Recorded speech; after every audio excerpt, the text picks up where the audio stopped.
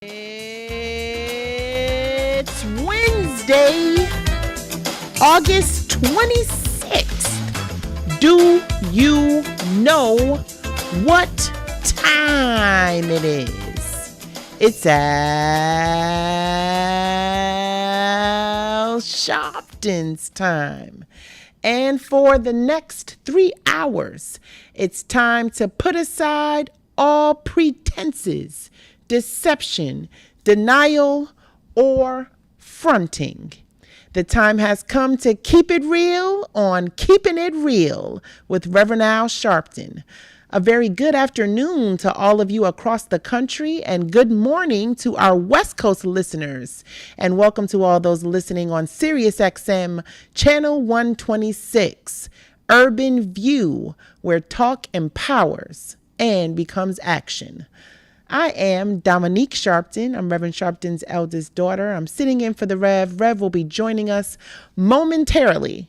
But I want to say happy Wellness Wednesday to everyone out there. And certainly we have a lot to talk about, a lot to do, a lot to stay involved in, and got to stay in the action. And so you can call in and join in the action today. Keep it real with us. Call in and join the conversation.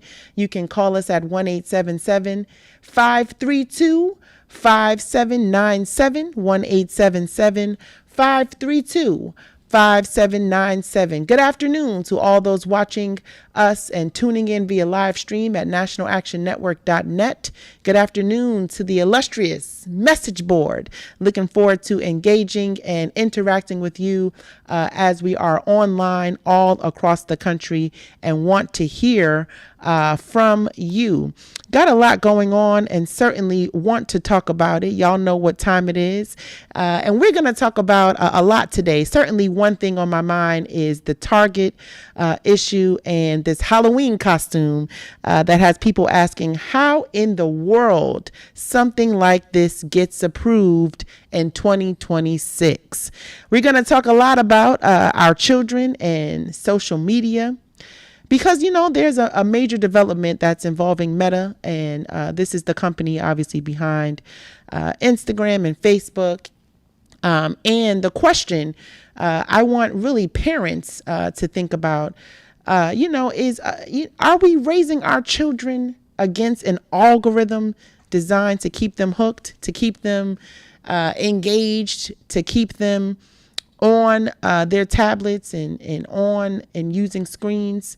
And then we're going to talk about going back to Gary, Indiana. Today, I want to move this conversation forward.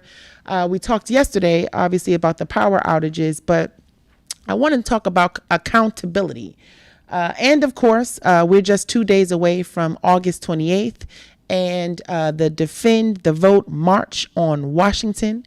So we've got a lot to get into. As I said, you can join the conversation 1-877-532-5797, 1-877-532-5797. Now, how did they get this through? I need someone to explain that to me today.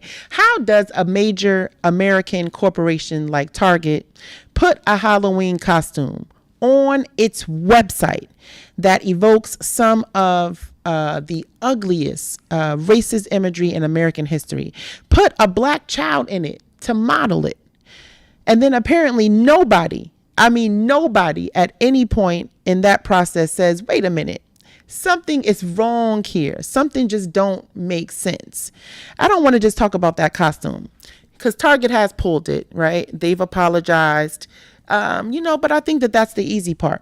I want to talk about how this happened. How did this happen? Think about how many people something like this presumably has to go through. I mean, somebody designed it, somebody bought it, somebody approved it, right? Somebody styled the photo shoot. Somebody dressed that black child. Okay. Someone then took a picture. Someone also reviewed those pictures, right? And then someone put it online and nobody said, not once, hold up. What are we doing? Come on now. I mean, that's what I want to talk about. What actually happened? Target was selling a children's circus clown Halloween costume, y'all, that featured an exaggerated grinning face with oversized teeth.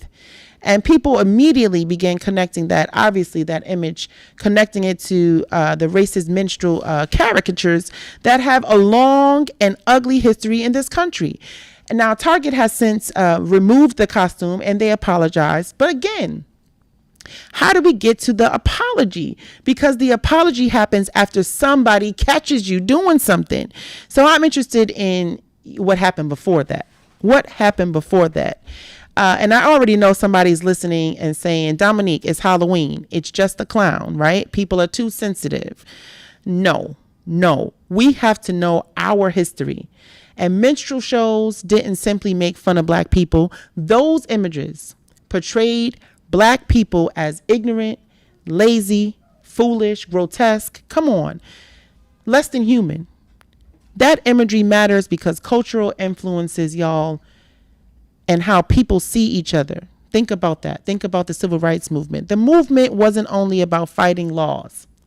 It was fighting an entire culture that had been built around the idea that Black people were somehow inferior. And that culture helped to justify segregation. It helped to justify voter suppression. It helped to justify discrimination, right? It helped to justify violence. And so when we see imagery like this, reminiscent of that history, we have every right to say, how did this happen? How did this happen? Now let's talk about DEI. And here's where this gets even more interesting to me. Now, y'all know, and tomorrow, I believe we are celebrating, not celebrating, but we are on the 135th week that National Action Network has been demonstrating to keep DEI alive, demonstrating in front of the offices of Bill Ackman, demonstrating that we, the people, believe in diversity, equity, and inclusion, and believe that there's accountability that needs to be had when we are talking about and discussing issues like this that come about. This is not, this is where it gets interesting because Target, right, is one of those companies that has faced many criticism after they pull back from some of its DEI inclusive initiatives. And we're also living, y'all, through this national backlash obviously against DEI. We've heard we don't need DEI. DEI is discrimination. We've heard just hire the qualified people, right? But this is what people misunderstand because diversity isn't supposed to mean put a Black person in the picture. Diversity is supposed to mean, is there somebody with a different life experience in the room when this decision is being made? Because apparently they had enough diversity, right, to find a Black child to put in the costume. So my question is, did they have enough diversity in the decision-making process? In the decision-making process to question the costume. Now that's different. And that is why representation matters. And it's not just, right, who's in the advertisement, but who's in the room, who's making the decisions, who is empowered to say, no, that's offensive. We shouldn't sell this. So I want to hear from you and I want to know, do y'all believe that this was simply a bad corporate mistake? Hello? Or, is this exactly the kind of cultural blind spot that can happen when companies decide that diversity and cultural competency just isn't that important? Right? And here's another question. Is the apology enough? Is the apology enough? Because, I just don't understand. You can make a public apology, but everyone knows how to apologize, right? Put out that statement. We regret. We apologize. This doesn't represent our values. Okay, but what are you actually changing? That's what I want to know. 1-877-532-5797. 1-877-532-5797. And then there's this question, as we were talking about earlier, talking about media, and this issue with Meta and the social media and what it's doing to our children, parents, grandparents, aunties, uncles, anybody raising children. We need you in this conversation because I think that every parent has said some version of, put that phone down. I think I just said it a few minutes ago. Put that phone down. Come and eat. put the phone down, do your homework, put the phone down, go to bed. It's always put the phone down. And then 5 minutes later, they're back on the phone. They're trying to, look at tablets and have screen time. But here's what I want us to consider today. Because what if the problem isn't simply that children don't want to put the phone down, but what if some of this technology, right, has been intentionally designed to make putting the phone down difficult? That's what the conversation is. That changes a lot, right? And in the Meta development, in Meta, the company behind Facebook and Instagram, they've reached a major settlement concerning allegations about social media social media's addiction and how children are involved. And among those changes that were being discussed are stronger restrictions on teen accounts, including a default daily usage limit that parents would have authority to change. Now, Meta has not admitted wrongdoing. That's important to note. But this settlement raises a much larger question, I feel. What responsibility does technology companies, right, have for the products that they're putting in front of our children? We can't put everything on the parents, right? We can't put everything on, those that are leading in this effort, the caretakers. And I hear this all the time, parents need to parent. And absolutely, that's exactly right. Parents need to parent and parents have responsibility. But corporations have responsibility too. And that's what we need to understand. Our children's attention is valuable.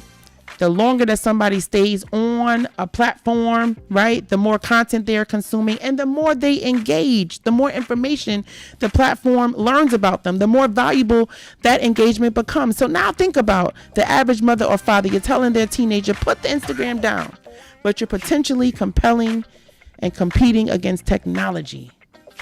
We got to talk about that. 1-877-532-5797. We'll be back, y'all, with more Keeping It Real with Sharpton. We'll be right back. Breaking news.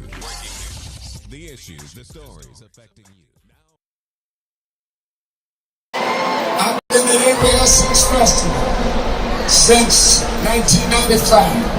I came that year with my mentor and we spoke.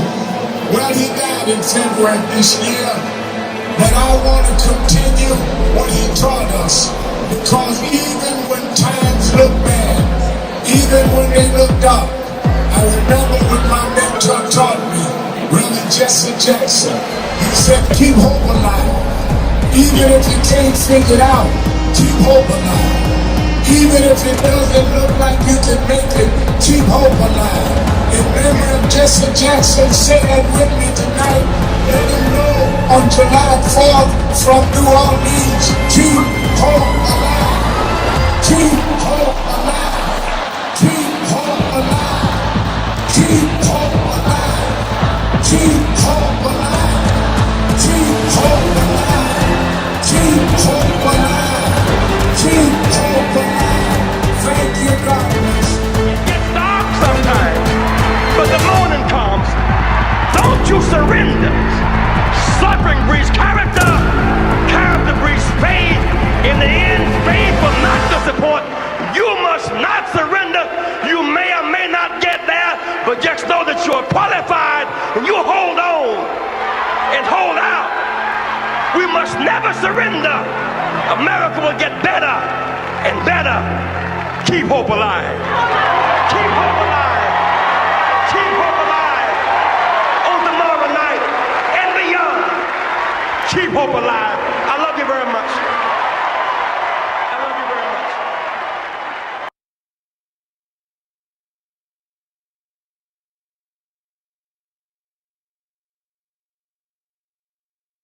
I want to turn the floor over to you, ladies. Well, thank you, President Dr. Kimber, and to all of you on the board. I wanted to personally make this appeal from National Action Network and Martin Luther King III and Andrea Waters King, that we've been moving around the country organizing to deal with the question of redistricting, when they have used the Supreme Court now to redraw lines that will in many ways break up majority black voting districts, it means that they dilute the strength of our community. It will cost probably 19 members of the Congressional Black Caucus. But as important, if not more important, it will not address the needs of those constituents because they don't have a block vote to say we're going to put in somebody that wants to do what is right for us or not.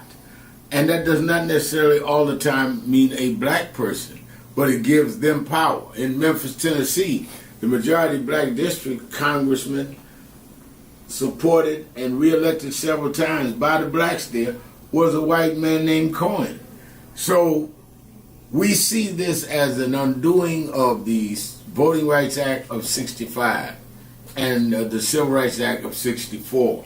So on August 28th, we've asked people from around the country to join us in Washington, D.C. for a mass march. We've had some marches and rallies in Mississippi, some in Montgomery and Selma, but we need a national march led by the clergy, led by the faith leaders, like it was in the 60s, that will say it is a moral outrage that we would, in a time like this, disenfranchise wholesale black voters by repealing the Section 2 of the Voting Rights Act and by turning the time back. We've heard from a lot of groups, but we need this to be church-led. National Action Network is appealing to you, the president. Reverend Dr. Boise Kim has been on our board for years and knows this well, and the many of you that are on the board. But we need to send a national message in a peaceful, nonviolent gathering led by the clergy, along with Dr. King's son, along with his daughter-in-law, and along with other leaders. But it's time to dramatize it. We see the No Kings March. We see everybody out there rallying. Where's our voice when we're the ones being disenfranchised? We're the ones being attacked. And I think that if we would stand up, the people will step up because the people understand the gravity of the hour. And I think that we are called upon at this point in history to do what those leaders of the black church did before our time and in our childhood. So I thank you, President Kimball, for giving me an opportunity to make the appeal to the board itself. You have the information. We're going to have buses from all over the country. Those churches that have buses, we give information. Those that don't, we're willing to help supply them. But we need to show a big number right in the nation's capital. History should not say they stripped us of everything and there was not a national response led by the black church. Thank you very much for these few minutes.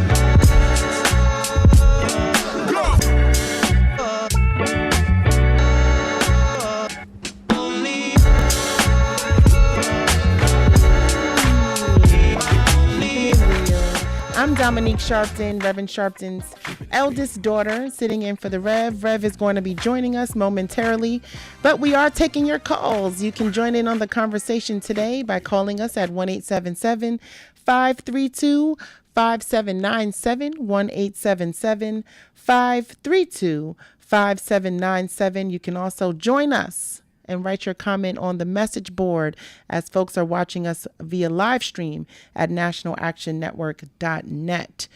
Before the break, we were talking about the Target and Halloween costume that they posted online. They have since retracted and apologized for. We also started getting into this massive development involving Meta, the Instagram and Facebook, and the new restrictions that are aimed at protecting young people. And I gave you the basics, right? But I want to come back and really go deeper because I feel and think that this story is really about whether your teenager, whether your young person spends 2 or 3 hours on Instagram a day, probably more in some cases, in a lot of cases, depending on, where you are in the world, where you are in the country. But I think we're missing probably the bigger story if that's all we talk about. And the bigger question is, and as Rev comes in, I know he's going to basically shift the tide because, he's like, I got what I want to talk about and what I want to do. But what exactly are these platforms designed to make us do? Because I think about how dramatically our relationship with technology has changed. And when I was growing up, if you wanted to talk to your friends, you made a call. You picked up the phone and you called somebody. You watched TV and the TV show ended. You listened to the radio. Then the song ended, right? You read a magazine. Eventually you got to the last page, and there was this natural stopping point. And then you went on and did something else, right? And that's how life kind of evolved. Like I went on to this and then I did something else. But social media doesn't really have a stopping point because you can check in or tune in or, whenever you want. You can scroll forever, right? There's always another video. There's always another picture, another notification, another comment, right? Another suggested post and another person to follow, right? And that's not accidental. So when I think and when we're talking about children and social media, I think we need to stop framing this as simply, kids are on their phone too much because that makes it sound like we're talking about a really bad habit, right? But I think we're talking about an entire business, a business model, right, that was built around attention. How much attention can we get from you? How much of your attention can we have? Because that drives revenue. That makes, the dollar amount more valuable in this situation because your attention is constantly on it, right? And so that changes the conversation. And I think in this case, the product isn't Instagram, right? The product is attention. Instagram is free. Facebook is free. But most social media platforms are free. And so how are these companies worth hundreds of billions of dollars when the platforms are free, right? Because our attention has value. And I think that the longer you're there, the more you engaged, the more opportunities there are to show you content and to show you advertising, and the more you interact, the more the platforms learn about what interests you, right? What makes you stop? What makes you click? What makes you comment? What makes you come back, And here's what I really want parents to listen to, because if that's powerful enough to work on grown adults, what do you think is doing to the kids? What do you think is doing to the children? We have grown people, right, who wake up in the morning or wake up in the middle of the night and reach for that phone, right, before they even get out of bed, before they say their prayers. They reaching for that phone to see what's going on in the world. Grown people, I'm talking about sitting at dinner looking at the phone, right? Grown people walking down the street can't get their heads out their phone. And, we got grown people who say, I'm just going to check Instagram for 5 minutes, or 45 minutes later, they're still scrolling. So if we have this difficulty managing this technology sometimes with grown folks, why are we expecting a 13-year-old to have better discipline than us? That's just not realistic, right? And so I think that's where the responsibility conversation changes. Now, if we look at what the settlement actually does, because if you look beyond the headlines, these changes are very interesting. Very interesting. We're talking about a default 2-hour limit for teenagers. We're talking about blocking access between midnight and 6 o'clock in the morning unless a parent gives permission. And we're talking about disabling push notifications during school hours. So during school hours, which is presumably between 8 a.m. and 3 p.m., you can't get notifications. You can't, get these push alerts. And so think about that one. Now, why do you need to disable notifications during school hours? Because a notification is designed to get your attention. Ping. So imagine being 14 years old, looking, sitting in algebra class and your phone is vibrating. You can't focus, you can't focus. You're going to be distracted by the phone. And so I agree with even some of, the parameters and things that are working through legislation locally. I know Governor Hochul in New York is, even passed, I think, a no phones in school rule, no phones in school law. And this is happening obviously across the country. People are, administrators are really cracking down on it. And I think that's a good thing. Now, students do, sometimes need their phones to study, to do their work. But, ultimately we should have and be equipped with the technology inside the classroom in order for students to be able to do their work virtually, right? And have virtual incorporations into the curriculum so that students, even students who learn differently from others, can get that advantage of learning in the classroom with the technology that we have today. So that is just what is mind-boggling to me. I don't know about y'all, but I feel like in this conversation, right, as we're talking about not only the demonstration, but the activity around the legislation and things that are happening, right, across the country and the world, I think that we need to keep it real with each other, keep it real with ourselves, and keep it real with what's actually going on here. And I think that is what is going to set us forward. So going to the march on August 28th, and why is voting and all of this stuff mattering, and in this time, why do we need to step up and stand up? With all that's going on, I think that it's a direct, engaged component that we have to continue to connect our dots. We have to continue to connect historic references with what's happening to us in the present and what is obviously going to impact us in the future. 1-877-532-5797, 1-877-532-5797. Let's go to Ira. Ira's listening to us, holding on. Let's go and take a break. Oh, I'm sorry, Ira. We're going to take this break. I'm going to hear this music. So I'm coming back to you, Ira. We're going to take a quick break. Dominique Sharpton, I'm sitting in for Rev. Rev will be joining us momentarily, but you can join in on the conversation and keep it real with us. 1-877-532-5797, 1-877-532-5797. We'll be back with more of Keeping It Real with Sharpton. We'll be right back. We all hear the radio ads about the IRS. They tell you to be afraid. No justice! No justice! 62 years ago today, Martin marched in Washington. 62 years later, the dream is not dead.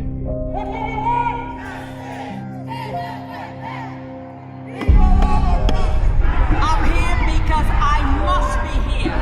Democracy is not there for the pig, and you have to fight for democracy. That's what it is. What Trump will erase, we will replace. Is the dreamers in many cases have reversed and tried to turn it into a nightmare. We come to Wall Street rather than Washington this year to let them know you can try to turn back the clock, but you can't turn back time. We gonna keep the dream alive on Wall Street.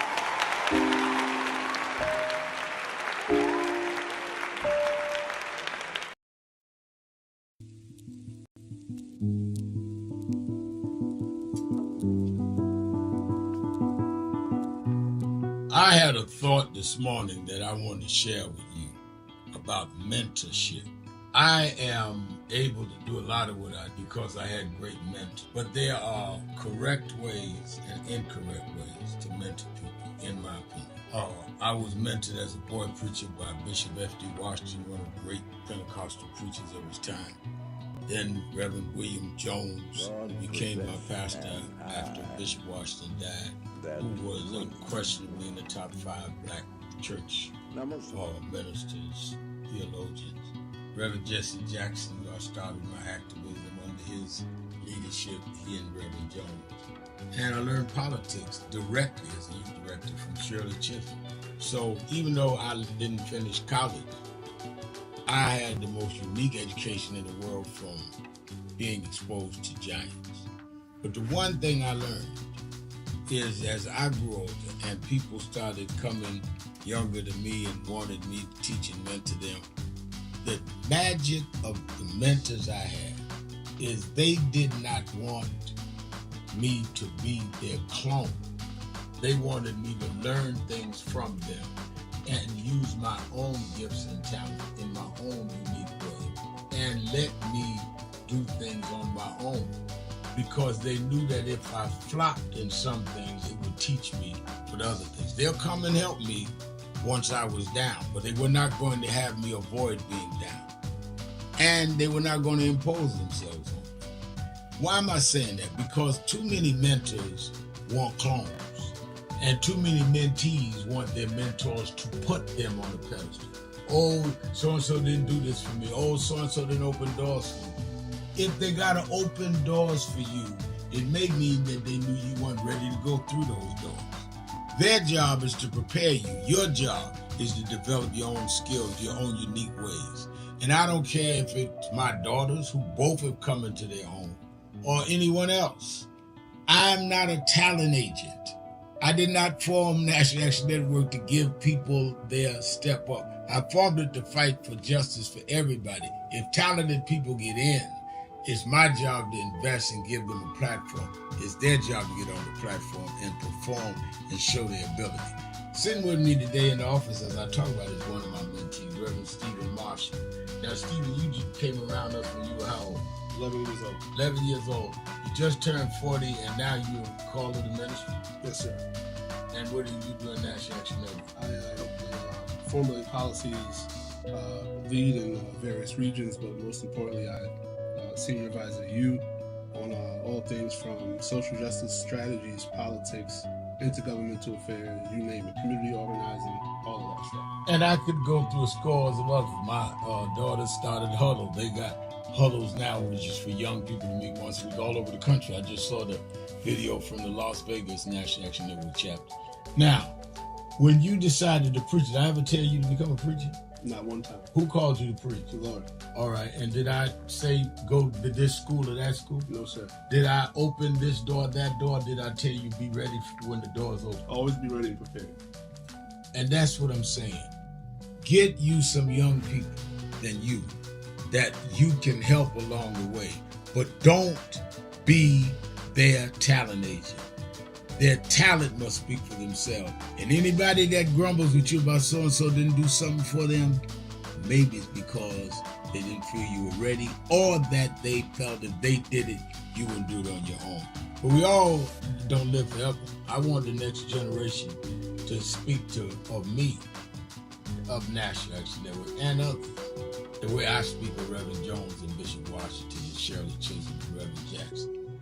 But I just don't want young people to feel that somebody ought to give them the reins of leadership or give them the reins of business or whatever it is you're in. You need to learn from their journey, get the pearls of wisdom from them, but don't have them do for you, because then it means you can't do it for yourself.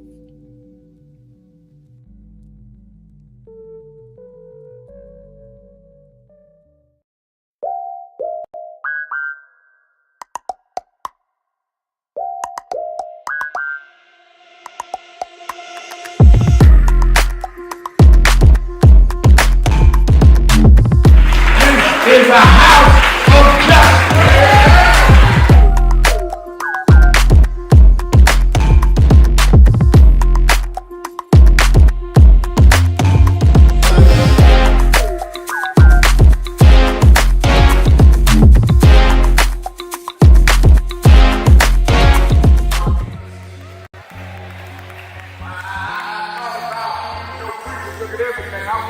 couple of nights to go to the Knicks game. They lost. Last night I said I'm not even going down there. I'm going to go to bed. I got to fly to Hampton on to Chicago. And by halftime I said, man, they ain't going to win this game. They down 29 points.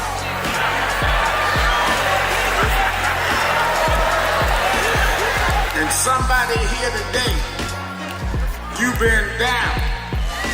They counted you out. People say there's no way you come back. But I come to tell you, don't quit.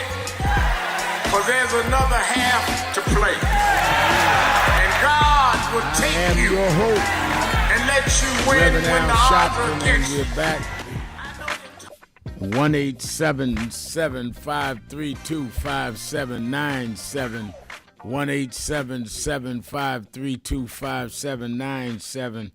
Or you can go to our live line, our message board at www.nationalactionnetwork.net, www.nationalactionnetwork.net.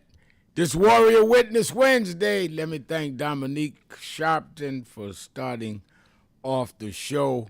I was, frankly, at the bank getting these buses paid for from all over the country, coming to the big march on Washington next day after tomorrow.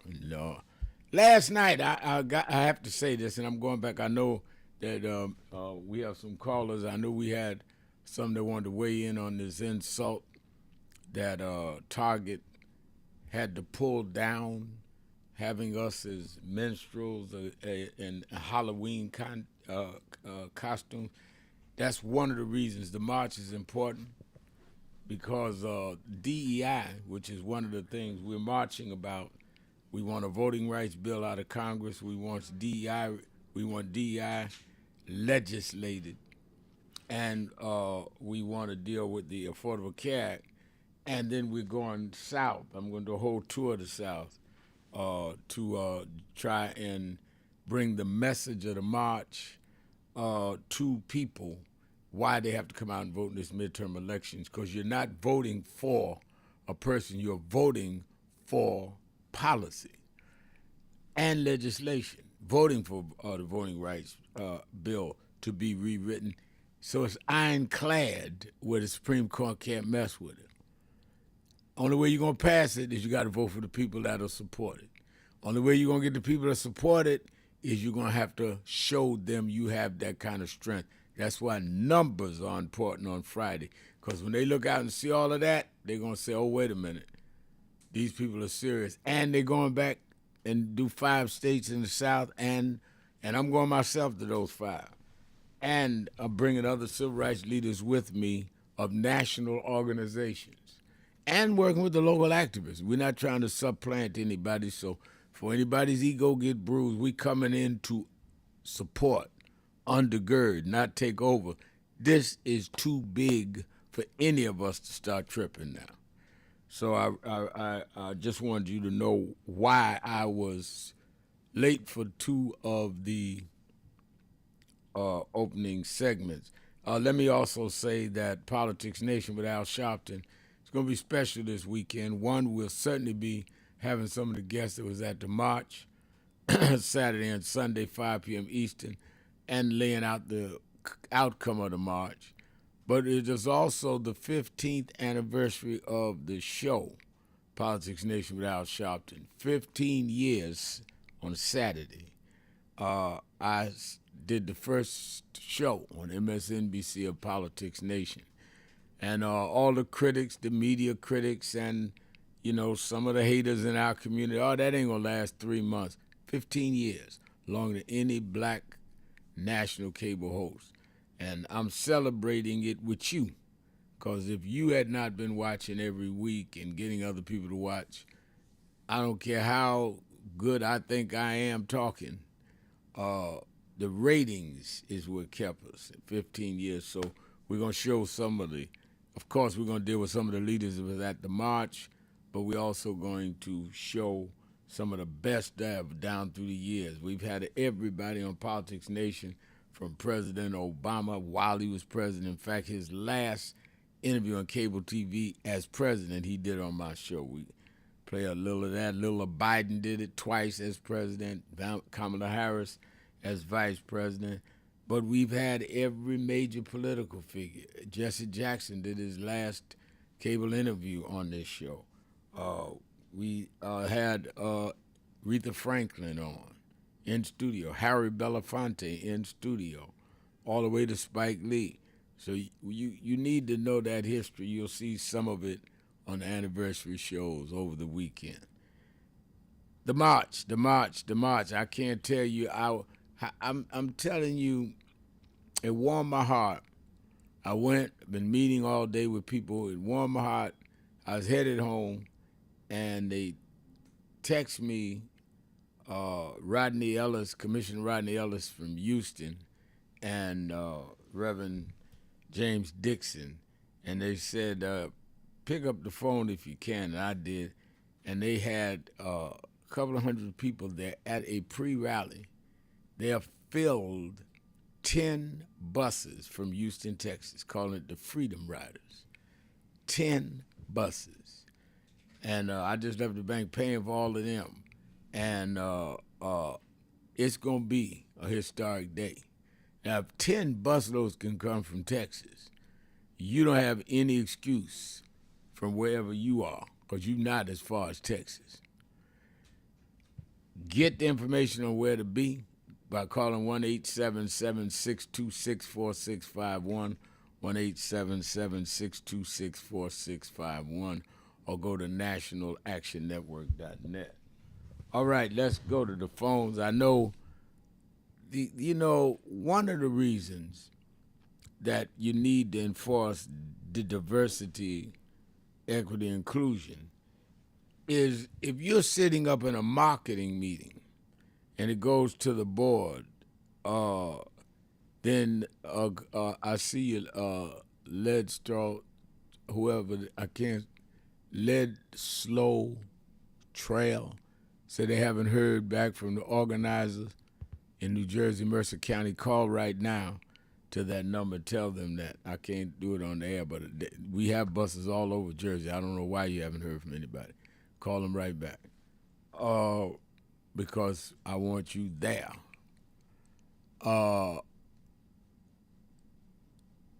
That's right. Sylvia, Hadassah, Norman, 10 buses coming from Texas. I just announced that. You're right, Sylvia. Let me say, as I was making my point, that the reason you need diversity, equity, and inclusion, and it's good for the companies, as well as the colleges and universities, is that to have this kind of offensive Halloween costume shown at Target means that there's nobody in the room at Target saying, you can't put that out. Have you lost your mind? That's totally racist. But if you've got people that think everything is the same and don't even think about racial insults in the boardroom, in the marketing department, they'll put it out and end up getting humiliated and embarrassed. And Viola Davis and others come out and say this is insulting. They got to pull it back and eat some crow. They're already in a fight with the American Federation of Teachers, who's fighting Target, and some of the deportation activists because of the situation around Target's being one of the main stores in Minneapolis, where Daniel Preddy and Renee Good were killed by the Homeland Security agents and ICE. So make it make sense. We've got to fight that back, and we will. And of course, I think Dominique has started talking about the whole meta settlement around screen time for your kids. A lot of us underestimate how important it is for us to monitor how much time our children, grandchildren are spending on social media. So now they've come with this agreement trying to limit the time, limit the access. But you're growing up at a time, they're growing up at a time that is much different from us, because they are right in that zone of social media, and whatever it says, it sets their style, it sets their moral compass. It makes them do things, suggest things, because you're dealing with formative ages. And this is a real problem. I was talking to a friend of mine this morning about how you've got to deal with formative age. When somebody from 3 to, they say, about 9 or 10 is when they form their concept, their view of what life is about. And the reason I know that is that I started preaching in public when I was 4 years old. So I grew up a boy preacher. I joined the movement when I was 12. I'd already been preaching 8 years in churches all over New York. The church that allowed me to preach at 4 and I became junior pastor of was the largest Pentecostal church in New York City, Bishop F.D. Washington's church. Thousands of members. And I think that it is clear that framed my thinking. So I never, even when my father left and ended up back in the hood, I never was a street person because I was a boy preacher. The street guys didn't want to play with me. And they would look out for me. Don't mess with preacher. He's a preacher. I'm 10, 11 years old. But it framed my thinking so that because I saw myself in the formative years as a preacher, I was attracted to Reverend Congressman Adam Clayton Powell, Reverend Dr. Martin Luther King, later Reverend William Jones when I was 12, who brought me to Reverend Jesse Jackson. But it started because of how I saw myself in my formative years. If I saw myself as Superman jumping off a building, or worse, or just as bad, super fly, that the key to success was being fly and selling drugs, I would have been inclined that way as I got 12, 13, 14. I was inclined to find the kind of ministry I wanted because that's what I did. And thank God for a strong mother that didn't discourage me. That didn't say, boy, you ain't old enough to preach. You're only 4 years old. She said, take him to the bishop. The bishop say he can preach. Bishop said, maybe he's called and put me up. If I had not had that environment that crushed my adolescent self-concept, that crushed my adolescent dreams, I might end up being something else, doing something else. Why am I saying all that? If you let your children and grandchildren live on these screens, live on these social media outlets that tell them that they are something they are not, or that limits their potential, that is ingrained in them psychologically from their formative years. You will never become what you don't see yourself becoming or think yourself to be. So this is a very serious issue. All right, let's take a break. I'm going to open up the phones. 1-877-532-5797. Shopton, keeping it real. Be right back.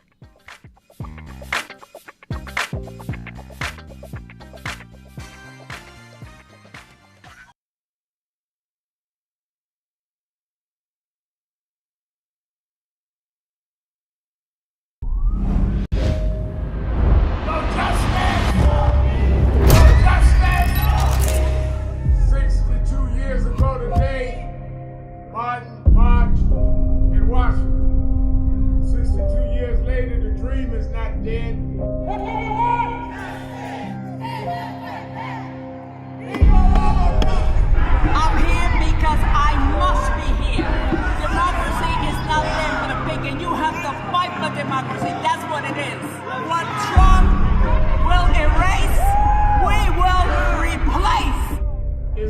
dreamers in many cases have reversed and tried to turn it into a nightmare. We come to Wall Street rather than Washington this year to let them know you can try to turn back the clock, but you can't turn back time. We gonna keep the dream alive on Wall Street.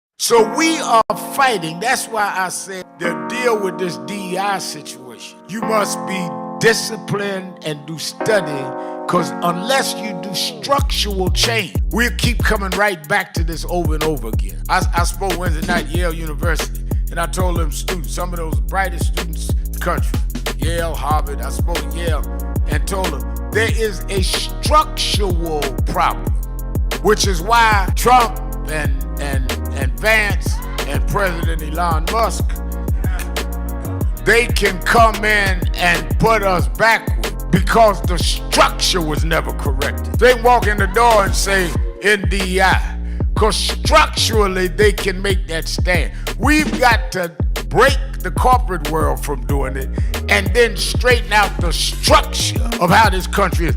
Why we ought to be sending people to Congress is not sending them to Congress because they had the robocalls call your house, but they're committed to the structural change of this country. What Trump is successful on is playing on a weak structure, so he can make it go either way. It should not be so unclear that you can play the game either set away. It must be firm that you got to repair the damage done to the children of the slave and straighten out the structure that we are not 3/5 human. We are full human beings that built this country and never got paid. That's what reparations is.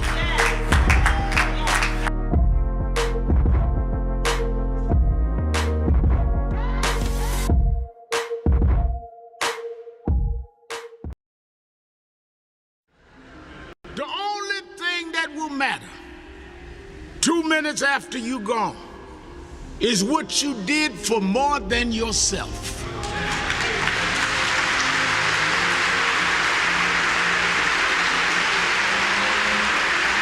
Think about this. Think about if today is your last day. If this is your last service, what can they say about me? And if you're not satisfied with your own answer, you should leave here today working on yourself and building on what you need to build. Because God is here, He's available to you if you but use what He's giving you to be more than self-indulgent. Now I know many of us come with reasons we won't step out. But I come to tell you that's why God is here. God takes the ones that are the least likely and gets the most done. As I have seen in my life, people that were the unexpected and rejected are the ones that end up the greatest. So don't let whatever mistakes or whatever things that may be in your past hold you back. God is not trapped in your past. God is there for your future. And He's there that every day you wake up was a divine decision He made to give you another opportunity to serve.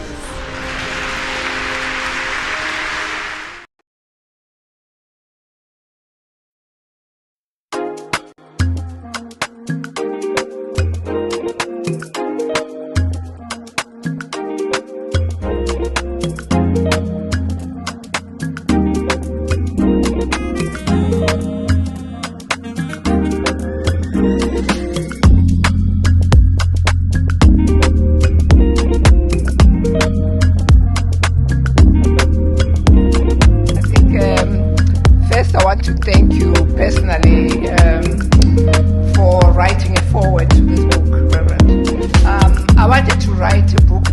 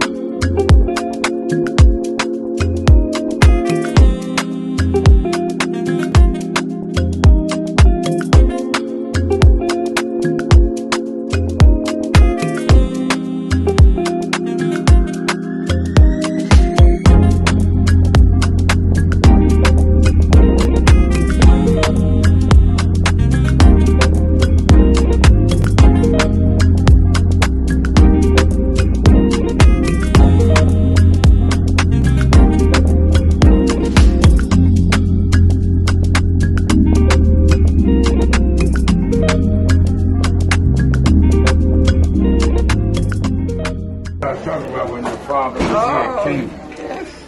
Me and Jesse. When he came to go speak at the UN, he said, I'd first go to Harlem to see those that fought for me. Oh, that's nice. Yeah, we keep it hung up in the house. It's a great photo.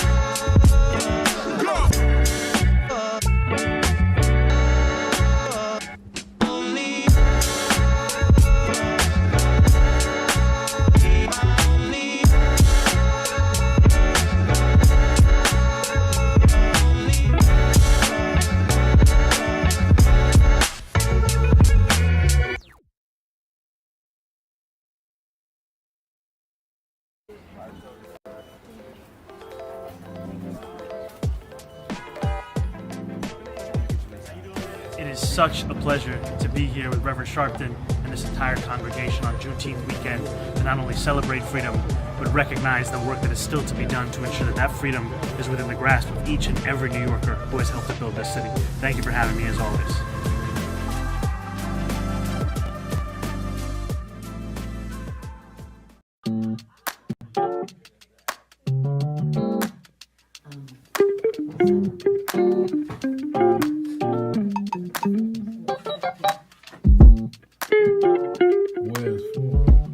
I see I'm in today's New York Times word puzzle, and they're asking what is Al Sharpton's title for short. It's Rev. I didn't know everybody knew that. But people in the New York Times, they didn't call me Rev. They should call me Reverend. No. Keeping it real, keeping it real. I'm your host, Reverend Al Sharpton. This is Witness Wednesday. Witness Wednesday. Whatever's on your mind, whatever's in your heart. 1-877-532-5797. 1-877-532-5797. And it is on our message board. I see James Mitchell saying Everton Blair has won a special election in Georgia and is set to become the South's first openly gay congressman. Okay, I didn't see that report. All right.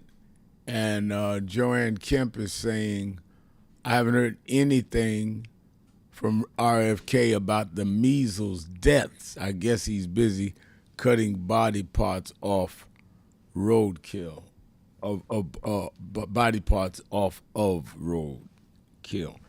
Yeah, he hadn't said nothing about that, and he's the one that has been touting all kinds of things that people in the medical field is totally saying it is dangerous and should not be abided by. Kevin Powell on the message board say Donald Trump is constantly trying to make the American people that are being ripped off by Canada and other countries just to throw us off the real ones who are ripping us off, and that is him, his family, his wealthy friends, and Republican Party, who are the ones who are ripping off our country to enrich themselves. I hope that come this November, we as citizens of this country can finally put a stop to this madness and corruption. You're right, Kevin. That's why we're trying to energize people, kick off their march and hit the road. We got to get people to understand. We have to get people to understand what's at stake here. They're at stake. They're at stake. Andre Walters saying the lines are busy trying to call in. We'll keep trying because we want to hear from everybody. And if you call in the line for the buses to Washington, keep trying. I got a whole floor of people up there at the new building answering phones. We'll get you there. Just keep trying. Let's go on to phones. Let's go to Ira in Washington, D.C. Ira, you're keeping it real with Al Sharpton. Well, it is Al Sharpton. Thanks for taking my call. I just had to change my thought for a minute. What it is, I explain to people that you don't discriminate against anybody. You acknowledge Dolly Parton. She's a non-black American, and you acknowledge anybody. So a lot of people just discriminate, like the president didn't acknowledge the young lady that was in the 111 years old that passed, and she was a milestone. And that was just one of the things that I tried to tell people, that you're really fair about things, and you're one of the few. And my last thing is about this. I read an article about this lady, Betty White, the actor lady Betty White. She was in the military. They made 2 World War II U.S. Mint coins, iconic silver dollars for her, right? And I looked back and said that Harriet Tubman tried to get something out in 2020, but they denied that and said, this was the president, he said that he would put her on the back of another denomination or a $2 bill. And that's a joke because he wanted to be on a $200 bill. He wanted to get published in 2024, 25. So that doesn't make sense. Mm-hmm. I didn't like this. This is something for people to look at to see how they try to do this. It takes 10 years to make a bill, and it's going to take you a minute to make one for put his face on a $200 bill. That's just my thought for today, and I'll call you back tomorrow with something else. All right, thank you, Ira, for your call. And no, Donald Trump is trying to make his name and face be all over places. So long after he's president, he feels he has stamped himself in American history. And he's a narcissist. Everything is about him. People are hardly able to pay for their gas to go to work, less known other things. And he's fashioning a ballroom and a heliport for the helipad to land his helicopter right in the grounds of the White House. Totally insensitive to the average life and struggles of an American. Jomo in Buffalo. Jomo, you're keeping it real with Al Sharpton. Yes, greetings. I want to first on this Warrior Witness Wednesday, thank you, one, for paying for buses from Western New York and all over to travel to the march. 2, I would like to congratulate you on your 15-year anniversary. A couple of things I just want to just mention on note-taking. I think that we're in like a cultural, spiritual, and economic war, especially as black people. This spiritual war, Dominique was talking before you came on, and it's not like the telephone and the social media is an influencer. This thing has become a false god, like Baal. It's like everyone is bowing down to it. Everywhere we go, people are bowing down to their phones. All right. The second thing is that if we're talking about what has happened with the status of this country, especially when we were at National Action Network convention, and you had a very interesting panel talking about the international visibility of America during this age. If there's taxes, tariffs on Canada, as you know, Buffalo, Niagara Falls, we're in the same place, right at the Canadian border. Right. Canada now has talked about putting tariffs on electricity. So all the way down there in New York City, don't everybody know that that's where the electricity, that's power New York comes from, that's power New England? So who's going to pay when Canada begin to clap back? We're talking about Gary and we're talking about Memphis and their electricity. What is going to happen when the prices go up and the people's wages go down?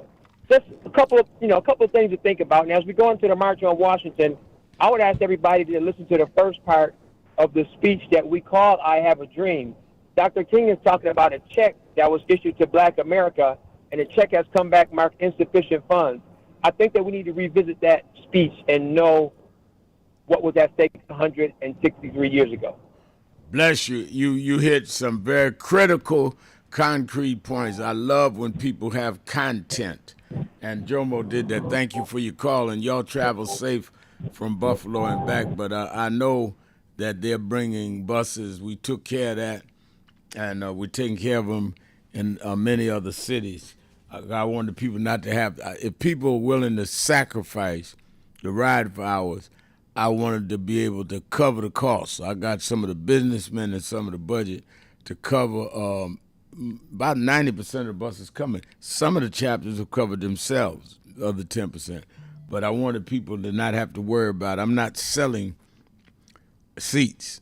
I'm trying to raise the issue of our liberation. Let's go to Mark in Baltimore, Maryland. Mark. Hey, how you, excuse me. How you doing, Reverend? A long time. I'm all right. How you doing? I'm good, man. I can't wait to Friday, man, to be there. I was there in 2020 when we went. Oh, yeah. Hundreds of thousands of people. Yeah. We won the presidency. We won the presidency in 2020. You know, and I believe we're gonna win the Senate and the House. We have to. Yes. Rev, you know, I was worried. Our fearless leader here in Baltimore, Senator Larry Young, him and his team, we got multiple buses leaving from Baltimore. I'm gonna be on one of them, and I'm so honored, Rev Al. Me and you the same age, but I co-host with Larry Young on Monday mornings on WOLB. Okay. And I hope I get to see you. I hope I get to see you because I love you, brother. I love you. Make sure you come in the back and see me, and or come when we, because we're gonna march after the rally to the King Memorial. So just catch me on the march. I'm all over the place. I love this, and let me know it's you, Mark. I missed your voice. Yes, sir. And Rev, I'm so glad you got this urgency, man, because we've never been this place in the history of America. Like you said, we got 2 measles deaths because we got a guy in there, and I've been in recovery 40 years. Look like he need to be in there with me. Him and Hank say they don't need one to have a clue what they're doing, but people are dying. Right. You know, they're purging our military people and stuff like that. We gotta win the House and the Senate. And Rev, we can't be selfish, man. We can't be narrow-minded. You know, it's like you said, we got to get the subsidies, we got to get the voting rights all on the same page. I don't care who win, you know, the election, all got to be the same message. I don't care if they're gay, straight, whatever. It's got to be the same democratic message. Right. You know, for us to win. That's the only way we're going to dig ourselves out of this. I look forward to seeing you, Mark, day after tomorrow at the big march in D.C. Let's take a break. We'll be right back. Keeping it real. Shopton. Be right back.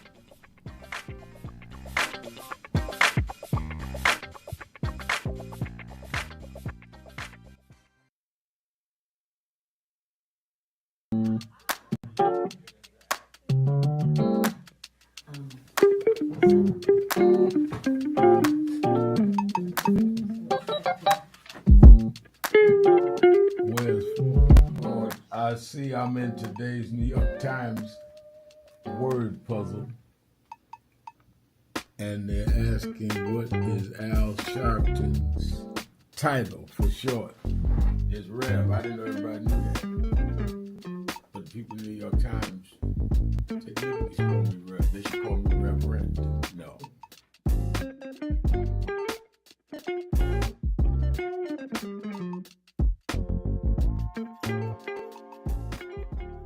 So who is Al Sharpton anyway? Who is this 33-year-old preacher without a church? A number of black New Yorkers as well.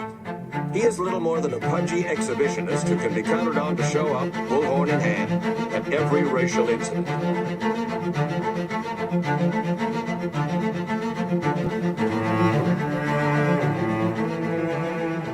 I often quote Mark Twain saying, "The 2 most important moments in life is the moment you are born and the moment you find out why you were born. I had a very troubling conversation the other day that prompted me to do this little video. Young man that I've known a while came to me and he was crushed. I mean, really crushed, because people were criticizing his work. He's in the ministry, but he's also an actor. And he said he couldn't understand why people were jumping all over, criticizing him, trying to find scandalous and derogatory things about him. And I told him, I said, you know, you very young. You don't know the road I've traveled. They call me everything but a child of God. A blabbermouth, a loudmouth, too flamboyant, an agitator, a racist, I had to learn. Yeah, right. I was not defined by how others saw me. I was defined by how I saw myself and whether I was being true to myself. Some of you watching this don't like me. And it doesn't matter as long as I know what I'm doing. And I like me for being real. So I'm doing this video to say to you, whoever you are and whatever you do, you may not be in ministry or social justice, none of this stuff, but don't live your life worried about opposition or people that don't like you. You can turn that around. Use me as an example. The same people that call me a scam artist, a con artist, a sellout, or racial hustler and all, I kept going. And the people I respected started respecting and publicly embracing my work. When Coretta Scott King, the widow of Dr. Martin Luther King Jr., had this to say about Al Sharpton. A leader who has protested injustice with a passionate, unrelenting commitment to nonviolent action in the spirit and tradition of Martin Luther King Jr. And I am talking about your leader, our leader, the Reverend Al Sharpton. The other thing that hasn't changed is the National Action Network's commitment to fight injustice and inequality here in New York City and across America. And that's not only a testament to Reverend Sharpton, it's a testament to all of you who are here tonight.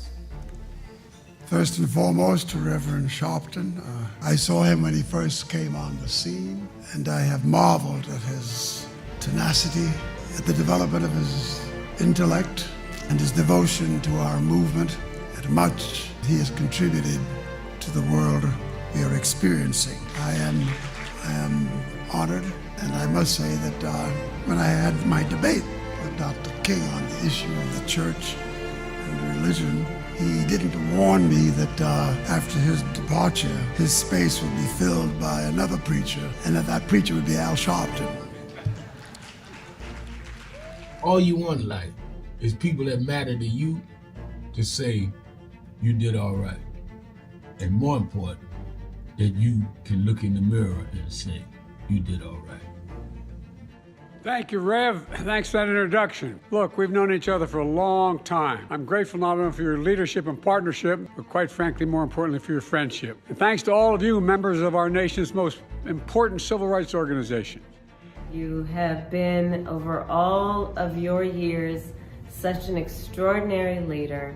You are a voice of truth, a voice of conscience, a voice of practicality around what we must address and what we can do. And I thank you so much for your friendship. I remember that most of the youth around Al's age, he was about 12, wanted to be like Connie Hawkins, a great basketball player, legend, or Earl the Pearl, or Clyde Frazier. Al wanted to be like Adam Powell, a powerful preacher with a social justice gospel. He was very close to, at that time, the Reverend William Augustus Jones, powerful preacher and social justice advocate, and Reverend Gardner Taylor State right down the street, and Bishop Washington, whose church he came from, and Reverend Sandy Ray. He wanted to be like these giant preachers. He wanted them to have the edge, however, of the King's social justice dimension. He wanted to be like them, now he's one of them.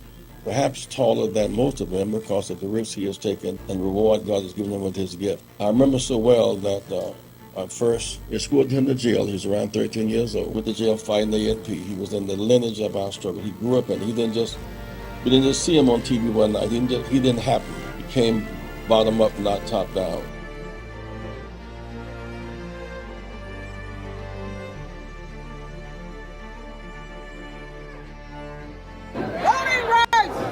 rights. Everyone look here. Say it again, Ms. Pearl. Voting rights. Voting rights. One more time, Ms. Pearl. Voting rights. There we go. Voting rights. Voting rights. Voting rights. Voting rights. Voting rights. When do we want it? Now. When do we need it? Now. Yesterday. What do we want? Voting rights. When do we need it? Now. What do we want? Voting rights. When do we need it? Now. The only thing that will matter 2 minutes after you gone is what you did for more than yourself.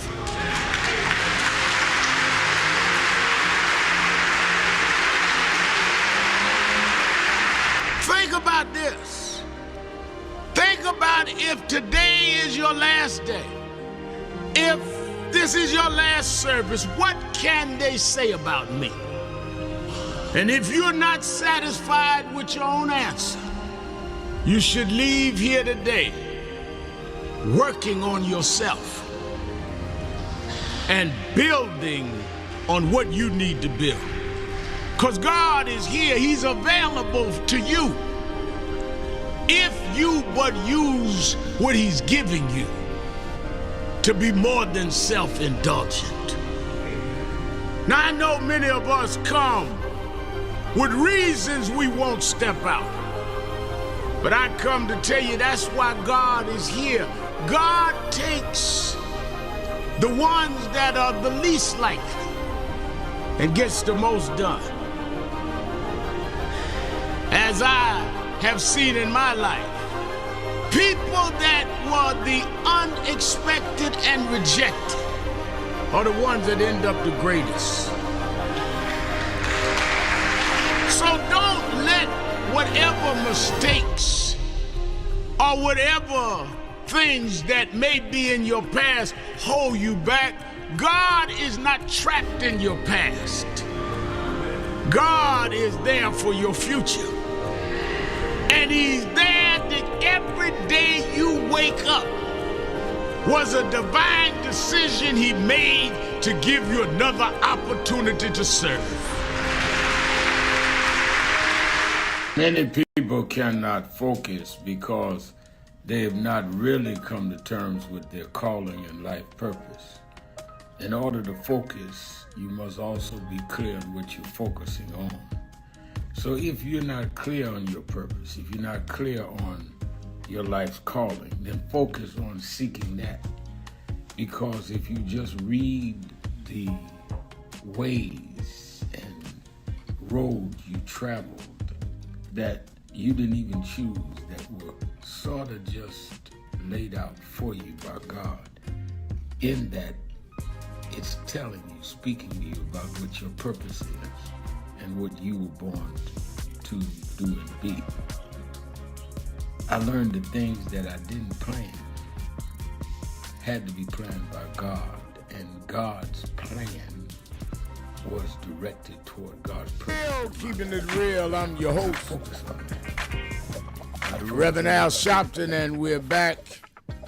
It is Witness, Witness, Witness Wednesday. I need a witness about justice. I need a witness about fairness, and we're going to have thousands of witnesses on the Mall in Washington at Lincoln Memorial on the day after tomorrow. I'm so excited about all the people calling in.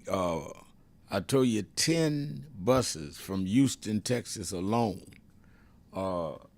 And they've got to ride just about a day to get there and then a day to get back. That's how determined some people are that we've got to protect our vote. We've got to answer the Supreme Court and put pressure on this Congress and then go back. I'm starting in the South with 5 states, but we're going back from the march and work with our partners to get the vote out. I'm going to tour all over, bring the radio show and the TV show with me. Talking about that, we have one of the outstanding leaders of this country and one of the partners in the march. He is the 37th international president of Phi Beta Sigma fraternity, elected during the fraternity's 2025 conclave in Tampa, Florida, Dr. David A. Turner. How you doing, Dr. Turner? I don't hear Dr. Turner. Reverend Al, can you hear me? I hear you now, yes. How you doing? I'm doing great. Thank you for having me on. Thank you for being on. Tell me why it's so important to the members of the Phi Beta Sigma fraternity that we have this march, and that you, one of our co-chairs, and many of our sororities and fraternities are involved.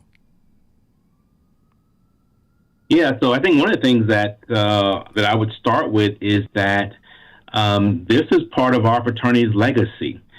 A. Philip Randolph, the chief organizer of the March on Washington for Jobs and Freedom, was a man of Sigma. And so, our communities today are facing, of course, some of the most aggressive attacks on voting rights. And, for Phi Beta Sigma, we have never and will never sit on the sidelines while the foundation of democracy is chipped away. We won't dishonor our founders. We won't dishonor our brothers like yourself, like John Lewis, like A. Philip Randolph, sitting on the sidelines. And so Sigma men will be well represented on Friday at the march. Now, the conditions in our community warrants our attention.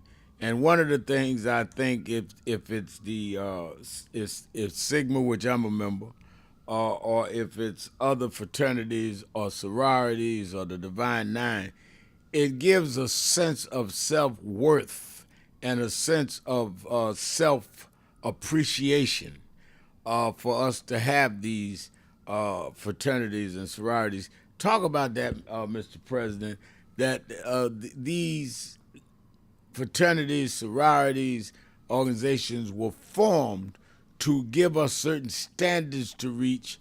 When we were people sitting in the back of the bus with no pride, it instilled that in us. And I think a lot of people don't understand the necessity and the mission of organizations like the Sigmas. Yeah, and I can speak on behalf of all 9 of the presidents who I meet with and coordinate with on a regular basis. We have chapters in every community across this nation, and we know that it is our responsibility, our legacy, to uplift the communities in which we come from and the communities in which we live. And so on that front, on supporting our communities, on advocating for those in our communities, for fighting for justice for those in our communities, we are, regardless what letters we wear, what colors we wear, we are 100% on one accord in that fight together. So whether that is voter engagement, get out the vote efforts, registration, again, we are aligned. We are working together, and our mission collectively are giving back to those communities, again, where our members live, reside, and taking the blessings that we have received as educated men and women and investing right back into our communities. And all 9 organizations do just that. Now, as one in your professional life, what is the most troubling thing that you're seeing in our community that you have to deal with, Doctor, and that we need to be conscious of and force whatever government can do, but what we can also do in our own communities for one another? Yeah, so one of the things I'm seeing, professionally, I am CFO for a real estate development and a property management firm. And so as we talk about housing access, housing affordability, that is certainly an area where Phi Beta Sigma has taken a step as an organization.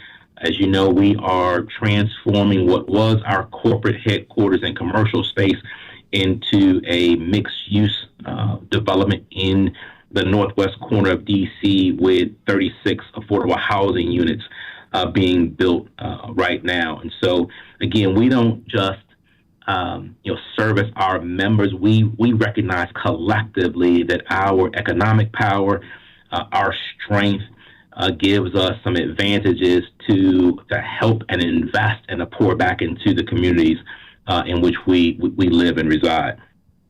All right. I thank you for being with us. Look forward to you and the brothers and all of Divine Nine, everybody, to be with us on the mall day after tomorrow. Dr. David A. Turner, thank you, the 37th International President of Phi Beta Sigma Fraternity. And you know, every day I've had members of Congress, presidents of unions. Yesterday I had the governor of Virginia on. If all of these people are willing to stand up, what is your excuse? Many of us are in the business of just complaining and naysaying. Ain't nobody gonna do nothing, ain't nothing gonna change. And that's why I didn't want to just wait until we got to Washington and the speaker speak. I had some on every day this week so you could see, wait a minute, people are really serious. We need to do this. So get in your car, get on the train. If the buses are already full where you at, but show up.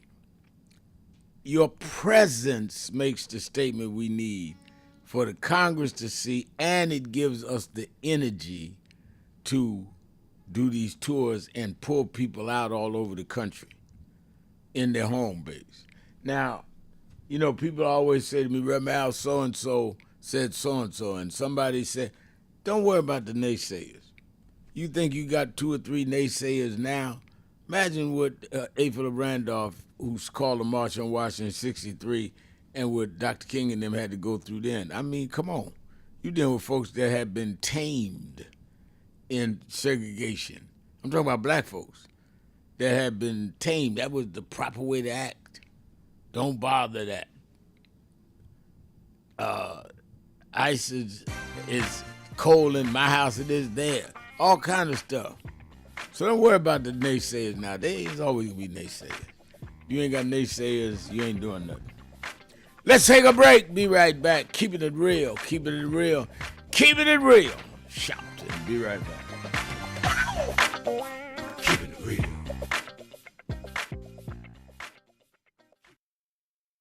I've been the area since Festival, since 1995. I came that year with my mentor, and we spoke. Well, he died in February this year, but I want to continue what he taught us, because even when times look bad, even when they look dark, I remember when my mentor taught me, Reverend Jesse Jackson. He said, keep hope alive. Even if you can't figure it out, keep hope alive. Even if it doesn't look like you can make it, keep hope alive. In memory of Jesse Jackson, say that with me tonight.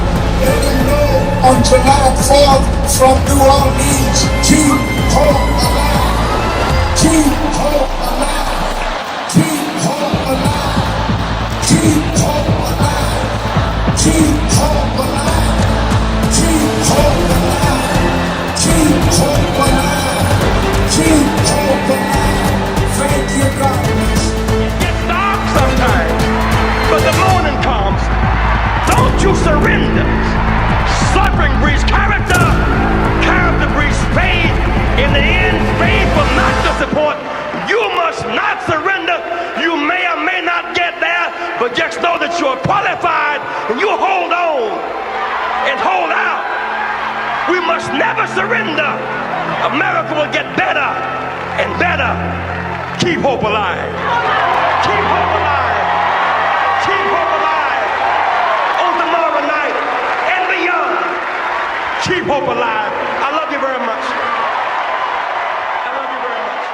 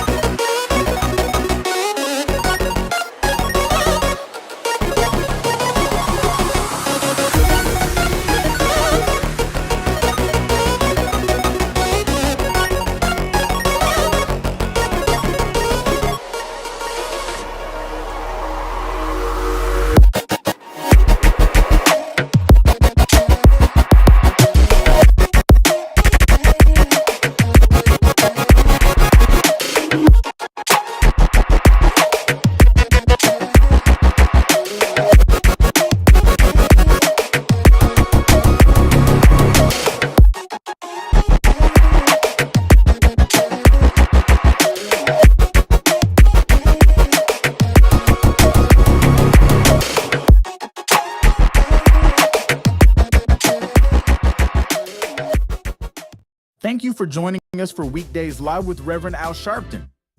Take the time to share this broadcast right now. Tell your friends it's time to keep it real with Reverend Al.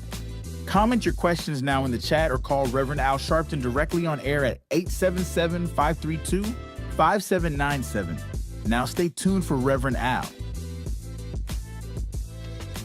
This is Reverend Al Sharpton. As you watch the broadcast, support National Action Network. Go to www.nationalactionnetwork.net and be involved.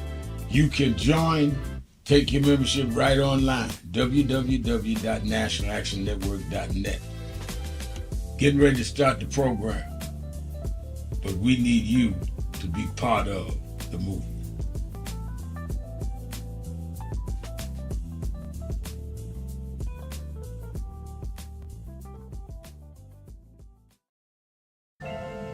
I thank God I was blessed to have both in my life, both historic, strong figures.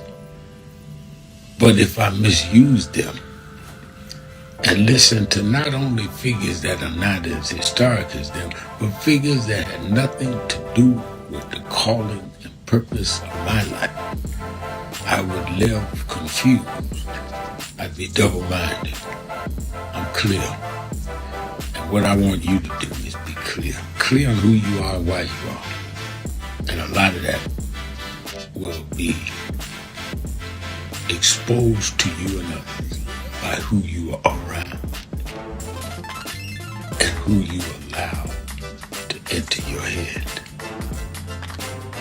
Keep people at a distance that only have a distant and unclear vision of who you are and who you are supposed to be.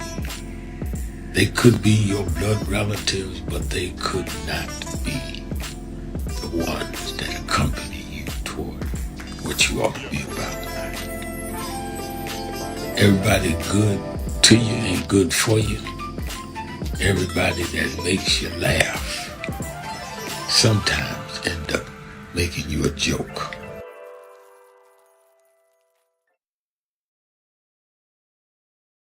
Well, Reverend, it looks bad now. Look at Iran. Look at what's going on in Minnesota. Look on.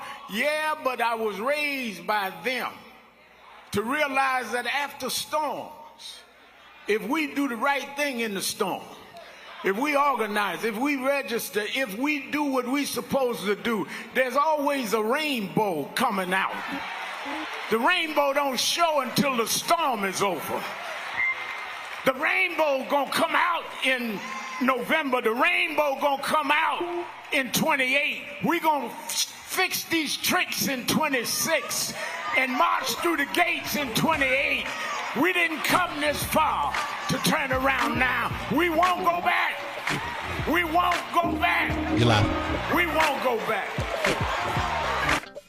Keeping it real, keeping it real. I'm your host, Reverend Al Sharpton, and we're back. 1-877-532-5797. 1-877-532-5797. And you know what was interesting to me is a guy stopped me 2 days ago. I was coming back from Washington, and he said, Reverend Al, how you do? I spoke. He said, you know, I respect some of what you did, but I disagree in tactics. I'm, you know, not about marching and all of that. I'm about us, you know, just taking over our own communities. I said, well, don't you know to take over our communities that you're going to have people in office that will deal with the zoning laws and deal with the business license, if you're talking about businesses, deal with the real estate tax, all of that is legislated. He said, no, I'm not a starry-eyed guy. You're right. Voting matters. I just don't know, you know, I'd just rather stay in the community. I said, well, let me ask you something. I said, you live where? He said, I live in D.C. We were on the Acceler train headed to New York. He said, I'm doing business up in New York. I said, okay. I said, I understand. I said, but just let me ask you something. If you're about the community and you have your way of doing it, right? Which I respect. Everybody ain't got to do my way. You have your way. Tell me what you doing Friday that's more important than standing with thousands of others to send a message to the very politicians that you know you're gonna need to do what you want in the community. Just curious, what you got more important Friday? And he looked at me and said, "You got me." I said, "I'm not trying to get you. I mean, if you telling me that you meeting with a corporation that's gonna redevelop Anacostia, go to the meeting. But if you may not agree with the whole tactics, but there's nothing else more important that is happening that day, then why are you looking for a reason not to go? If I was in town and somebody was calling for something that I believed in the end goal, whether I agree with the tactic or not, I would support it even if I don't agree with the end goal. Why? Because I'm trying to get to the end goal. Let's go to Still Bill in Cincinnati, Ohio, the buzz. Still Bill, you're keeping it real with Al Sharpton. This is the day the Lord has made, and I will rejoice and be glad in it. Good afternoon, Reverend. Good afternoon. Are you taking it easy? I don't know how to do that, but I'm doing well. I'm fine. Okay, well, you sound okay, but I'm just concerned, that's all. Your surgery and everything went well. Yes. God answers my prayers as he always does. Thank God. And I wish that he answered a prayer that, getting Donald Trump out of office in some kind of safe way. And because I'm keeping my mind off of Donald Trump. For the sake of this conversation, I want to congratulate you on your 15 years of Politics Nation. Thank you. I really enjoy this show. It is very intriguing. It reminds me of a show called Matter of Fact with Soledad O'Brien. I know you know about that. Yeah, I sure do. I remember that well. Yeah, and she's very informative too, but I don't get to see her. I think they took off the station or whatever, but I hope to get it again. I also wanted to say that I saw the movie Michael Jackson. I was very moved of the movie. I look at it as a thing where Michael Jackson's legacy will not die, and I'm glad that it's not dying because he was truly the greatest entertainer in the world, and family is the first family entertainment. And the thing that has got me intrigued is the fact that, on Entertainment Tonight, I saw a very frail and thin LaToya, and I'm very concerned. And I hope that she's all right, and I hope that one day I will meet her and just talk to her and just tell her, LaToya, I love your style, I love your grace, and I love your poise very much. You're a lady of class. And Reverend, I wanted to talk to Dominique, but you came on, but that's okay. It is always a pleasure to talk to you, Reverend. I got nothing but praise for you and your shows very much. And Dominique, I'm still Bill, and I will keep it real. All right. She's listening. She's hearing you. Thank you for your call, Still Bill. And thank you sincerely for your call. And I think he raises a very good point, and that is that about Michael Jackson. I knew Michael maybe 25 years. We met when I was in Operation Breadbasket. I went out to Black Expo. I was still a teenager. He was maybe 3 years younger than me. And down through the years, as I became close with James Brown was his idol. He would come to see Mr. Brown, and he'd see me, and we'd talk. And when he started the Victory Tour in 1984, which was at that time the biggest pop tour in history, probably still is, because Michael would pack stadiums for 3 nights in every major city and Canada. And we said, we being at that point, it was my youth group, National Youth Movement, why are the black promoters not getting some of these dates? We jumped on the guy named Chuck Sullivan, who owned the New England Patriots, who had bought the tour, didn't want to have Michael's parents and Don King as the partners, so he had to bring them back in, and for about 10%. And Michael said, well, I don't know about all the black promoters. Some of them are good, some of them bad. Why don't we have a community relations team for the whole tour to make sure that kids and seniors that can't afford the tickets was $35 at that time, can come. And I said, all right, that'll work. He said, but we'll only do it if you'll go on the tour and head it up. So I headed community affairs for the Jackson Victory Tour 84, all 33 cities, including Canada. And so we got very close. So when he got into this battle with Sony Records about his catalog, he came to me, spoke at the Saturday Action Rally in Harlem at National Action Network, and we were close. And his mother asked me when he died to do the eulogy. I did at the Staples Center and at his burial. So I'm saying all that to say, as I watched the film, and I didn't watch it. It's funny you brought it up still, Bill. I did not watch it. I didn't go to the movie. I didn't go to the premiere. I know some parts of the family's fighting, so I didn't want to take a stand. But I was on the train coming back from preaching at Howard University and doing my show Sunday, and I watched it on the train coming back. And though I disagree with some of the ways they depicted Joseph Jackson, the father, it captured Michael.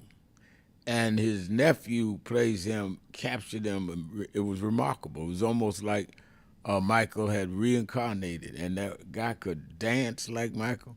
And it really showed the genius of this young man. I understand they're doing a sequel and they're going to address other issues, but I did see it finally, and I did appreciate how Michael was depicted. I tell my daughters all the time, the advantage and the disadvantage I have is a lot of the people that are now historic figures, I knew them just as knowing them. They were artists, they were entertainers, they were leaders, they were athletes, and I knew they were big, but I did not know the historic nature they would be. And I take that as a God blessing me to be a witness. I say that on Warrior Witness Wednesday. I didn't read about James Brown. I was like his son, stayed in his house. Jesse Jackson meant to me 59 years. Michael and I were real close, did all of their funerals. So I think that it is, it is interesting. It was in my opinion, people can't tell you who influences you. You know who moves you and who doesn't. A lot of people tell me, why don't you talk about this one? They want to talk about that one. You used to be, but maybe they didn't influence me to the degree you think they did. Doesn't make them bad people, doesn't say nothing derogatory.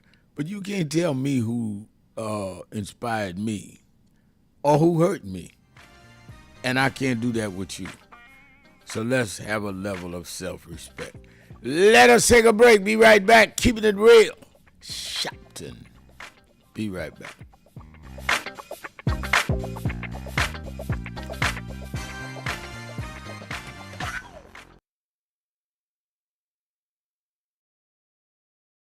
Focus, because they have not really come to terms with their calling and life purpose.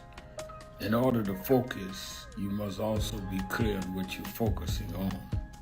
So if you're not clear on your purpose, if you're not clear on your life's calling, then focus on seeking that. Because if you just read the ways and roads you traveled that you didn't even choose, that were sort of just laid out for you by God, in that it's telling you, speaking to you about what your purpose is and what you were born to do and be. I learned the things that I didn't plan had to be planned by God, and God's plan was directed toward God's purpose in my life. And I focus on that. Not focus on what others do, not focus on how well they're doing or bad they're doing, but focus on whether I'm in line and aligned with what I'm supposed to be about. And in order to move straight ahead, you have to be focused on the path you're running on.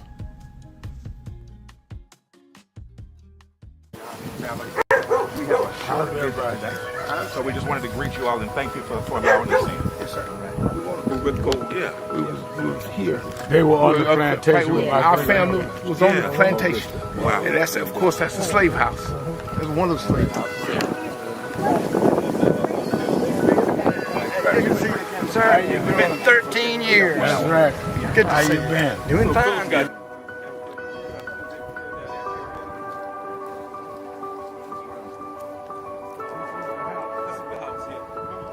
Right, last time. And we, Alexander Shaw.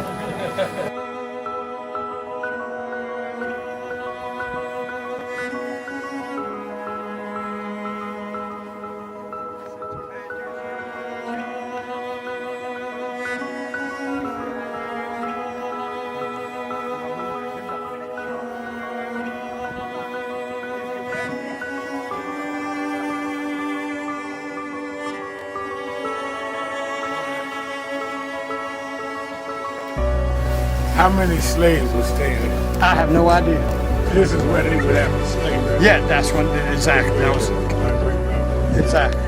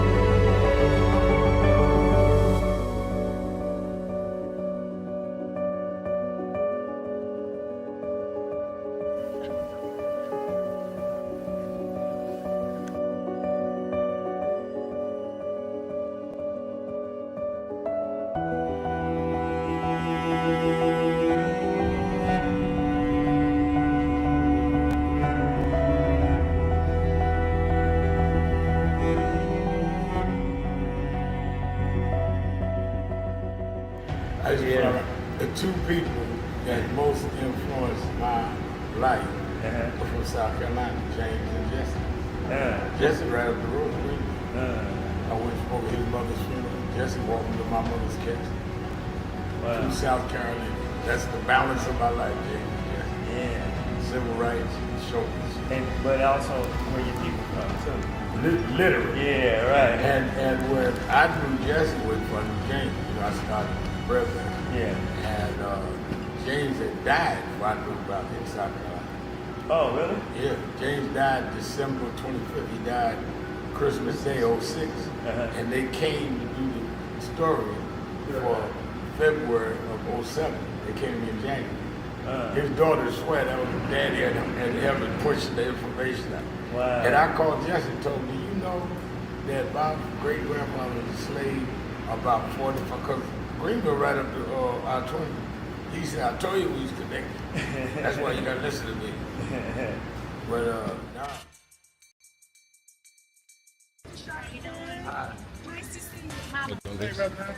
How you doing, sir? All right. It's Claudette Williamson from Atlanta, Georgia.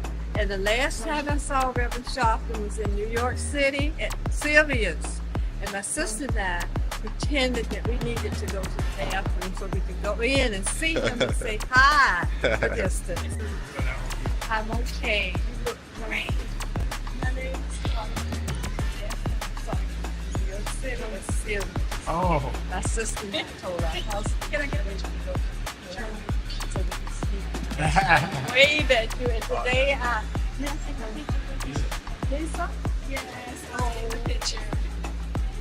We're her children. Thank you all.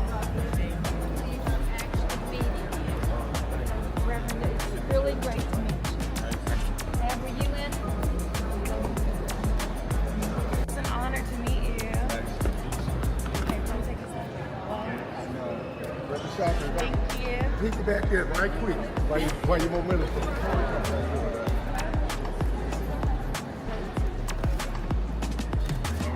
Thank you. One more, please.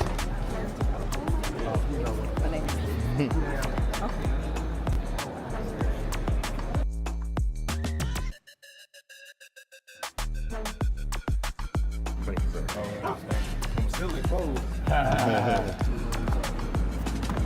y'all doing? Oh my God. How you doing? Oh, come on, man. I gotta get a phone. All right. Appreciate you, man. Have a good one, man.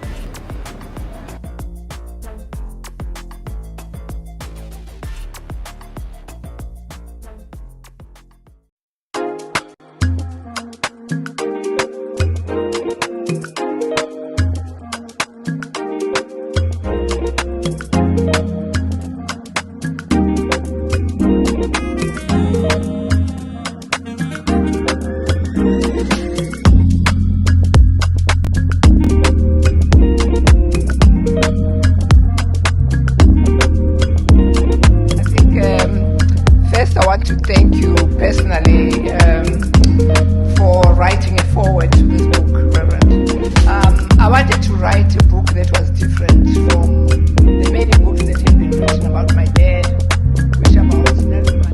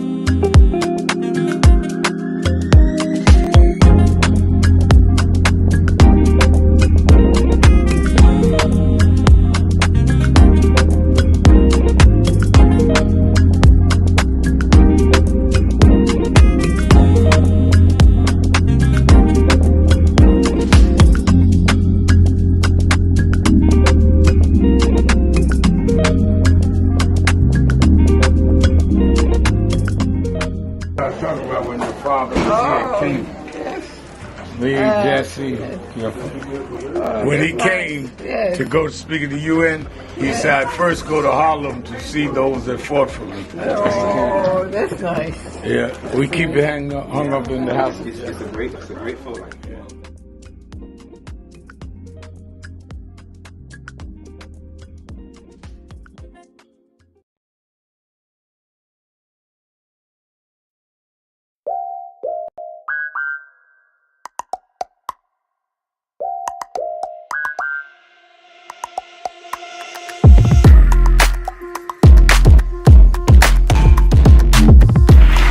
Is a house of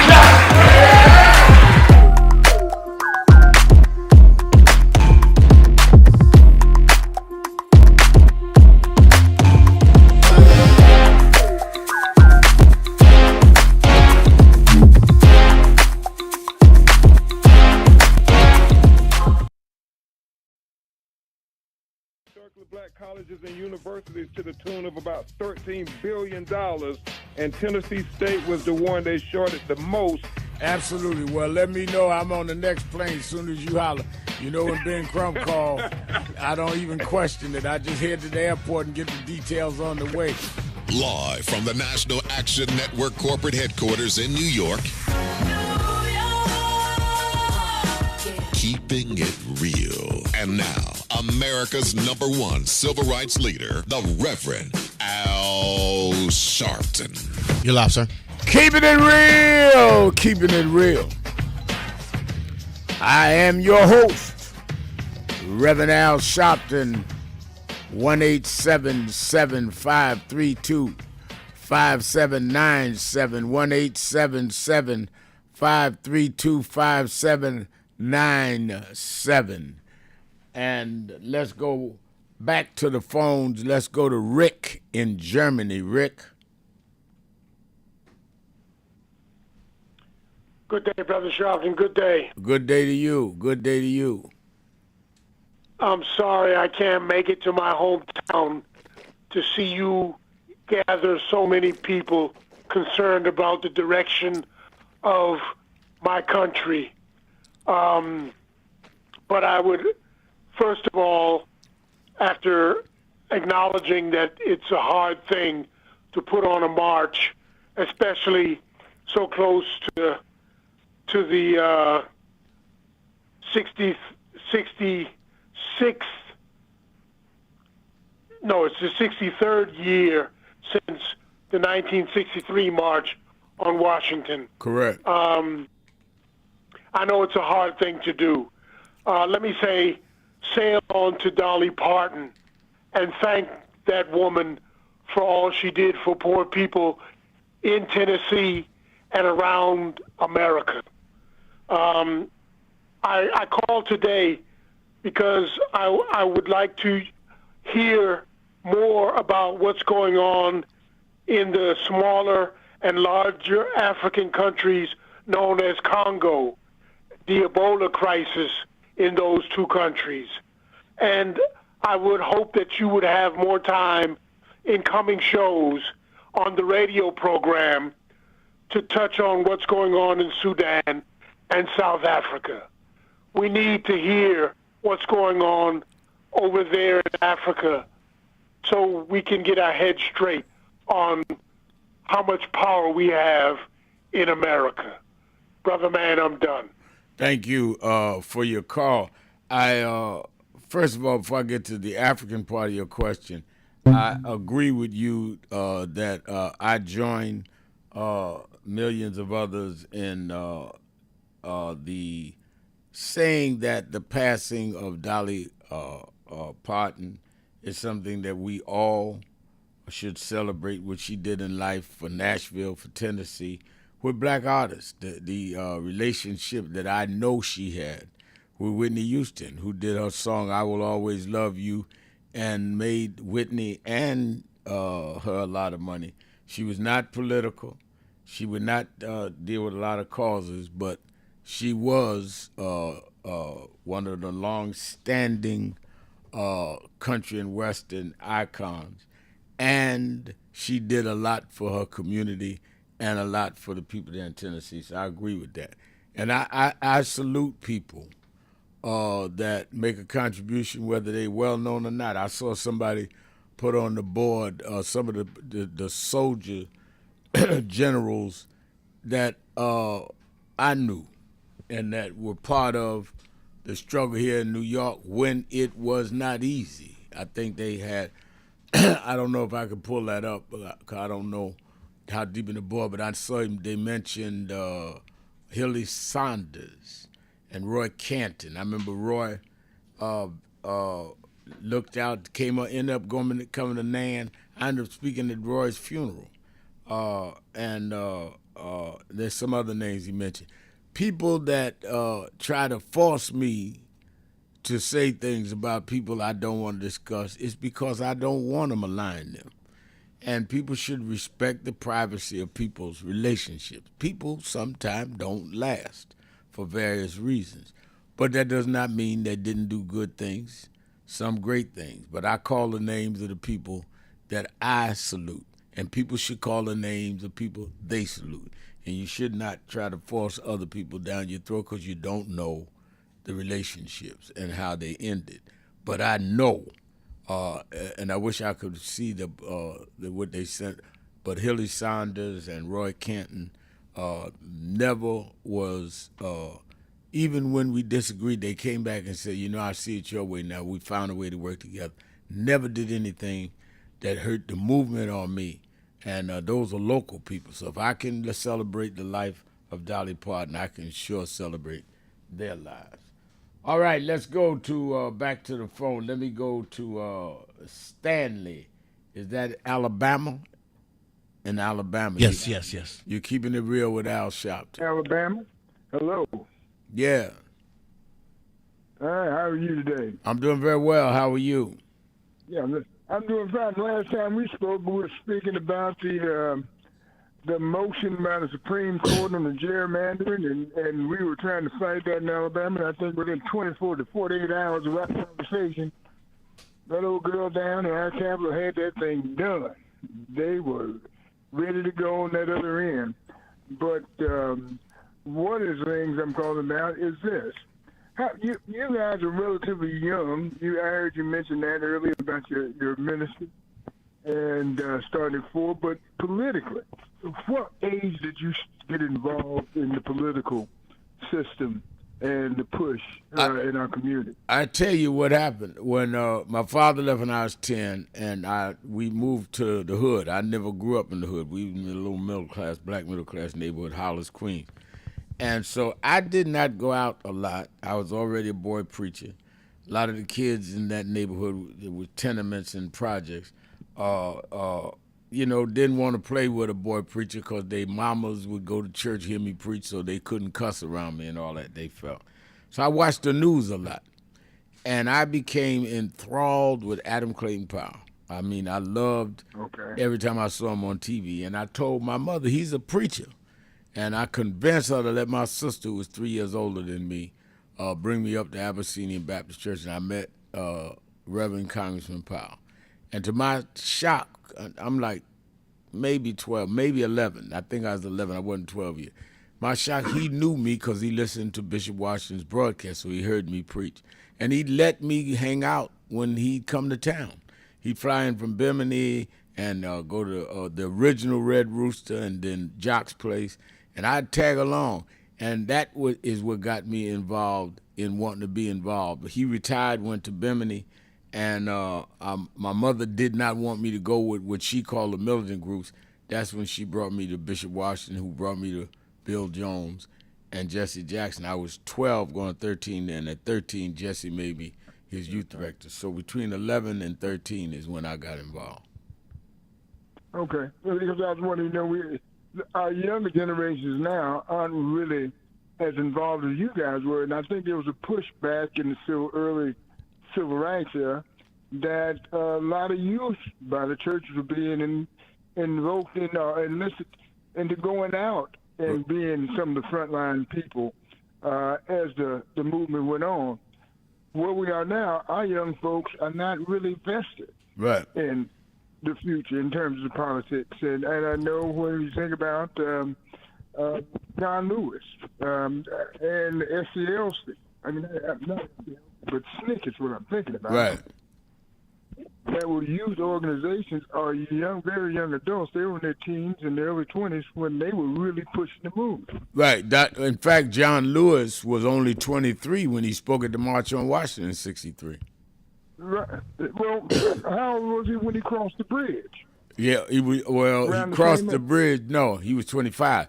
The bridge was 2 years after. He was 25? Yeah. Okay, yeah. Okay. I'm 66, so those dates aren't really, etched into my mind. But the other thing was, you were mentioning, someone mentioned about Trump and him trying to our currency, which is crazy. Every day there's something else. And I know that Bannon, and I think he had this chaos platform that he was trying to push with Trump, that they were going to do something almost to keep us on our heels and keep us from focusing on the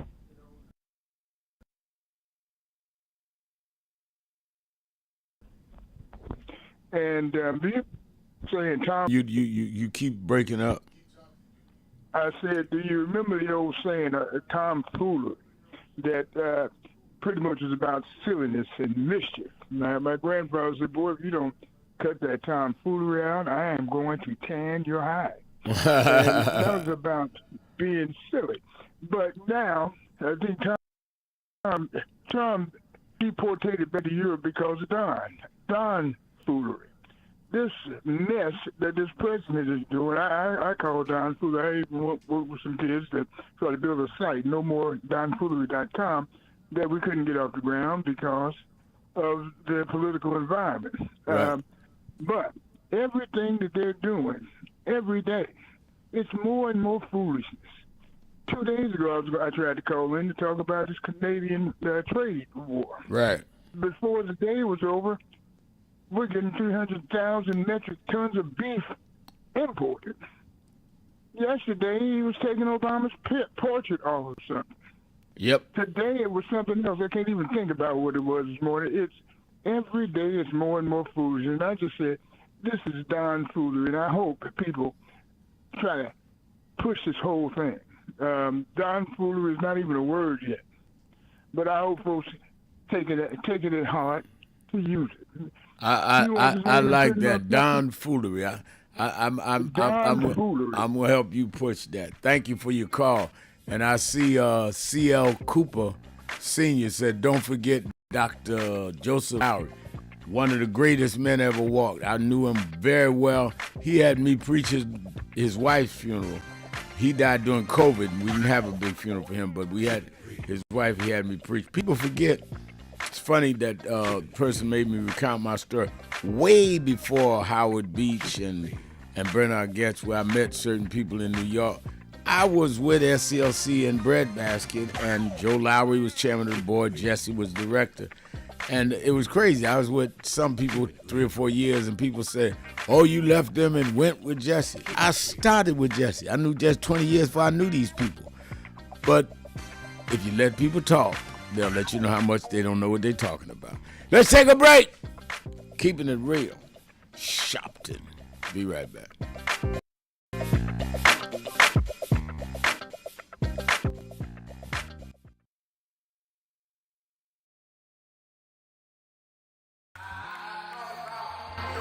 Look at everything. I went a couple of nights to go to the Knicks game. They lost. Last night I said I'm not even going down there. I'm going to go to bed. I got to fly to Hampton on to Chicago. And by halftime I said, man, they ain't going to win this game. They got 29 points.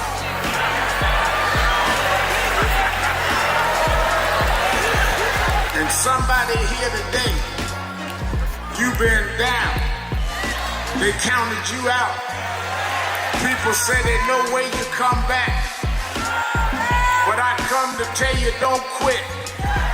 For there's another half to play. And God will take you and let you win when the odds are against you. I know they're talking about you, but preach anyhow. I know sometimes the pews are empty, but preach anyhow. And when you get up almost where you could win, I looked at it last night and Brunson took the shot. It looked like it was going in to win the game, but the shot hit the rim and all hope was gone. But then an African named Boyd OG just stretched through the crowd and he kicked in the winning shot. If you hold on, God will tip your win.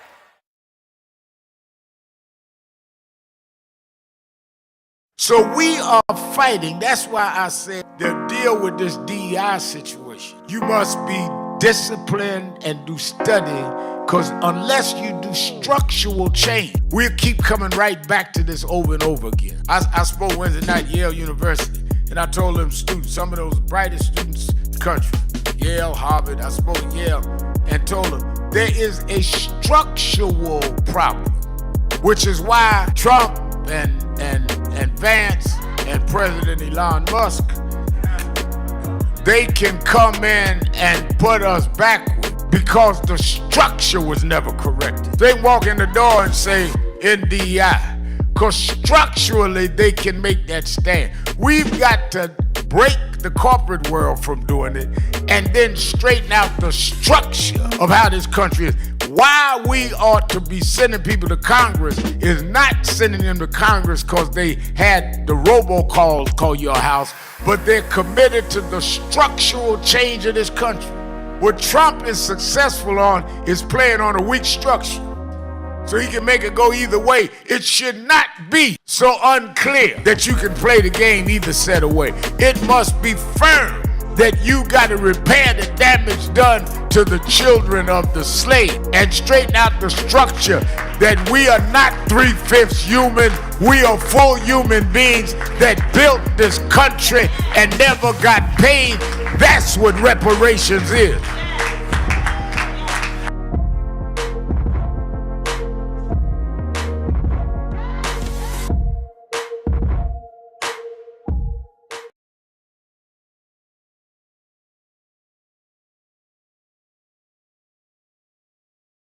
So who is Al Sharpton anyway? Who is this 33-year-old preacher without a church? A number of black New Yorkers as well.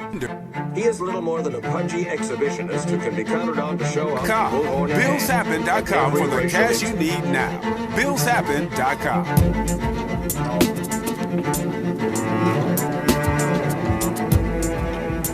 I often quote Mark Twain saying, the two most important moments in life is the moment you are born and the moment you find out why you were born. I had a very troubling conversation the other day that prompted me to do this little video. Young man that I've known a while came to me and he was crushed. I mean, really crushed, because people were criticizing his work. He's in the ministry, but he's also an actor. And he said he couldn't understand why people were jumping all over, criticizing him, trying to find scandalous and derogatory things about him. And I told him, I said, you know, you very young. You don't know the road I've traveled. They call me everything but a child of God. Racial discord, a blabbermouth, a loudmouth, too flamboyant, an agitator, a racist, I a race had to baiter. know Yeah, right. I was not defined by how others saw me. I was defined by how I saw myself and whether I was being true to myself. Some of you watching this don't like me. And it doesn't matter as long as I know what I'm doing and I like me for being real.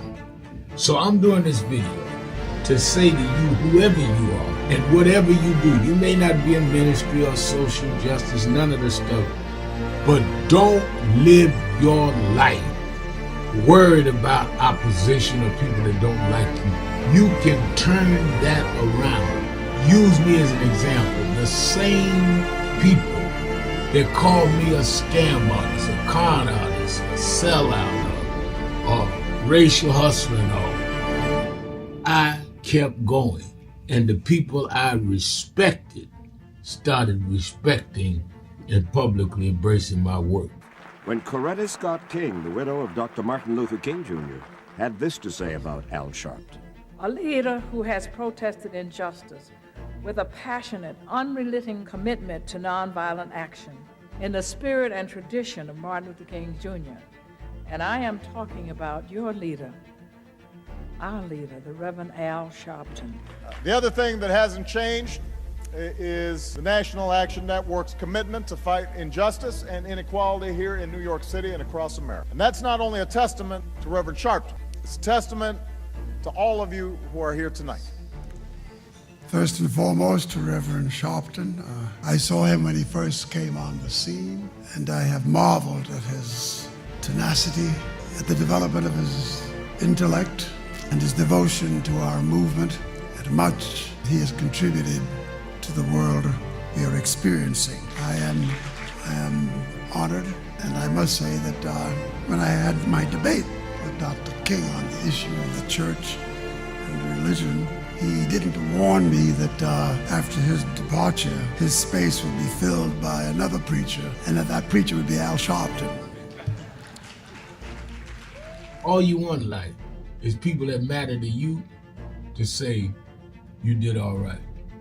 And more important, that you can look in the mirror and say, you did all right. Thank you, Rev. Thanks for that introduction. Look, we've known each other for a long time. I'm grateful not only for your leadership and partnership, but quite frankly, more importantly, for your friendship. And thanks to all of you, members of our nation's most important civil rights organization. You have been, over all of your years, such an extraordinary leader. You are a voice of truth, a voice of conscience, a voice of practicality around what we must address and what we can do. And I thank you so much for your friendship. I remember that most of the youth around Al's age, he was about 12, wanted to be like Connie Hawkins, a great basketball player, legend, or Earl the Pearl, or Clyde Frazier. Al wanted to be like Adam Powell, a powerful preacher with a social justice gospel. He was very close to, at that time, the Reverend William Augustus Jones, powerful preacher and social justice advocate, and Reverend Gardner Taylor, who stayed right down the street, and Bishop Washington, whose church he came from, and Reverend Sandy Ray. He wanted to be like these giant preachers. He wanted them to have the edge, however, of the King's social justice dimension. He wanted to be like them. Now he's one of them. Perhaps taller than most of them because of the risks he has taken and the reward God has given him with his gift. I remember so well that I first escorted him to jail. He was around 13 years old with the jail fighting the ANP. He was in the lineage of our struggle. He grew up in it. We didn't just see him on TV one night. He didn't happen. He came bottom up, not top down.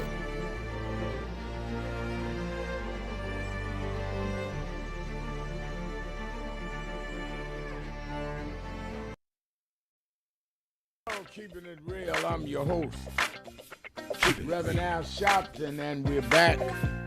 1-877-532-5797, 1-877-532-5797. And I think, thank you to Robin Joyner, says, good afternoon, Reverend Al Sharpton. Thank you for your hard work trying to have peace. All right, thank you for that. Let's go back to our phones. Let's go to David in San Francisco. David. Oh, thanks, Robert. Yeah, I don't know if you've heard the great welfare chief Elon Musk has gotten a grant of 130,000 acres. I mean, they just gave Elon 130,000 acres of southern Louisiana to pollute. And what's worse about it, he's going to claim that he's going to be worth a vast amount of money by having this, but he's going to have the ability to never clean it up. And as you're well aware, with environmental pollution, or the racist kind of pollution, they pollute, and everybody else has got to pay for the cleanup or for the cancers that are caused by it. So when they gave him the 130,000 acres, they threw away the Environmental Protection Act, the Clean Water Act, the Clean Air Act, the Historic Preservation Act, the Coastal and Mammal Protection Act, the Noise Act, the Fisheries Act, and the Rivers and Harbors Act of Louisiana. So, this was in one of the poorest parishes in Louisiana, and, these are the people that are living on the edge anyway. And so they go down to, to fish or, any kind of way that they can get food, and they are now going to have polluted food, and Elon doesn't have to clean it up. And he's given a waiver for all of these different things. So, look out for the great polluter Elon Musk, and I'm going to keep calling it a welfare program for a polluter. Interesting. Thank you for the information. Thank you for the call. Let's Sure. go. Yeah. Go ahead. The governor just did a big old press conference yesterday, and he was saying he was going to basically improve wages in the poorest parish in Louisiana, and he's going to bring it up 200%.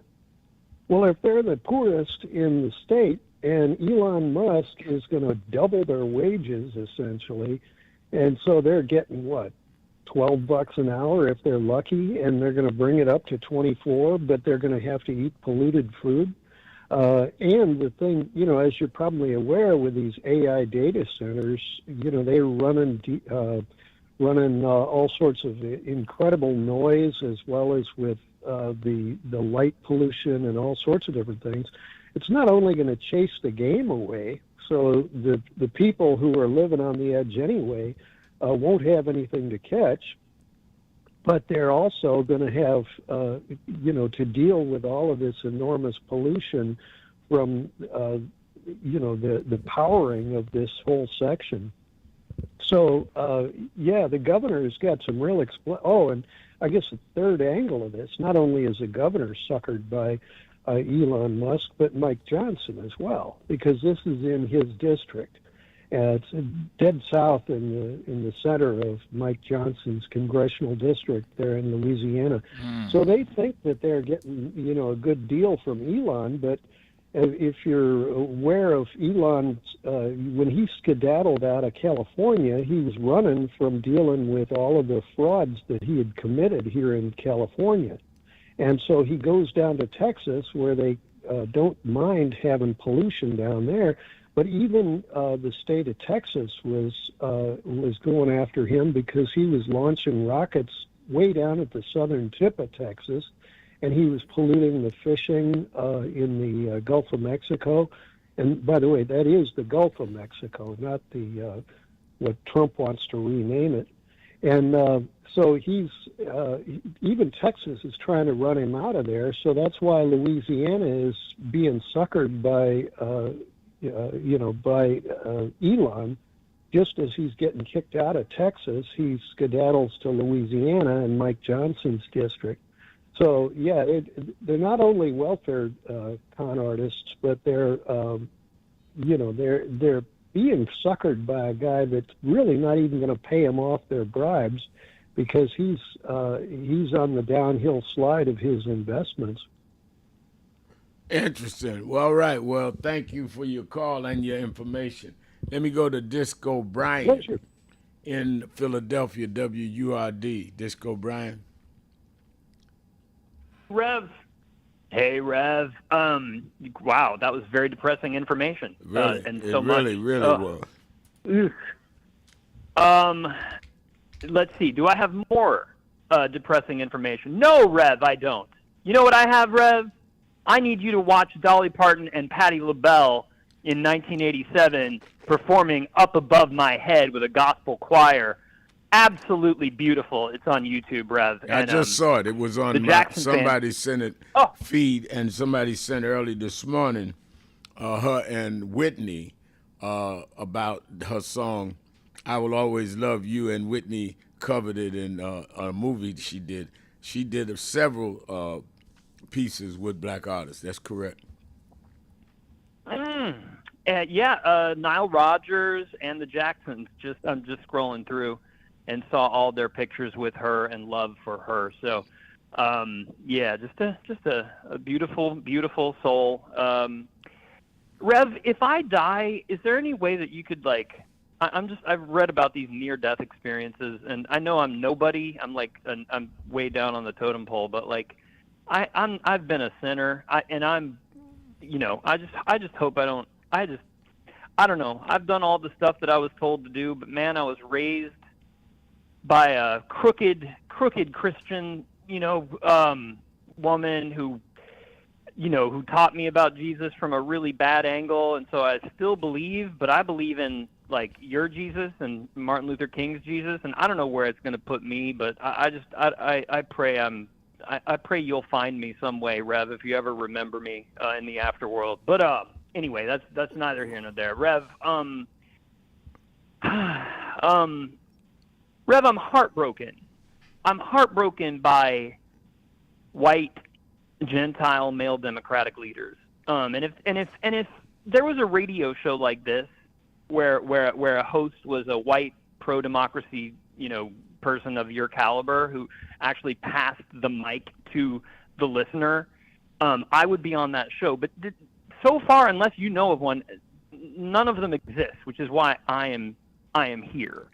And Rev, when white male Gentile Democrats stay silent about threats to our democracy that arise not within MAGA, but adjacent to our party, to the Democratic Party, or within the Democratic Party, that silence from those white male Gentile Democrats forces non-white Jewish and female Democrats to make all the noise, to defend themselves.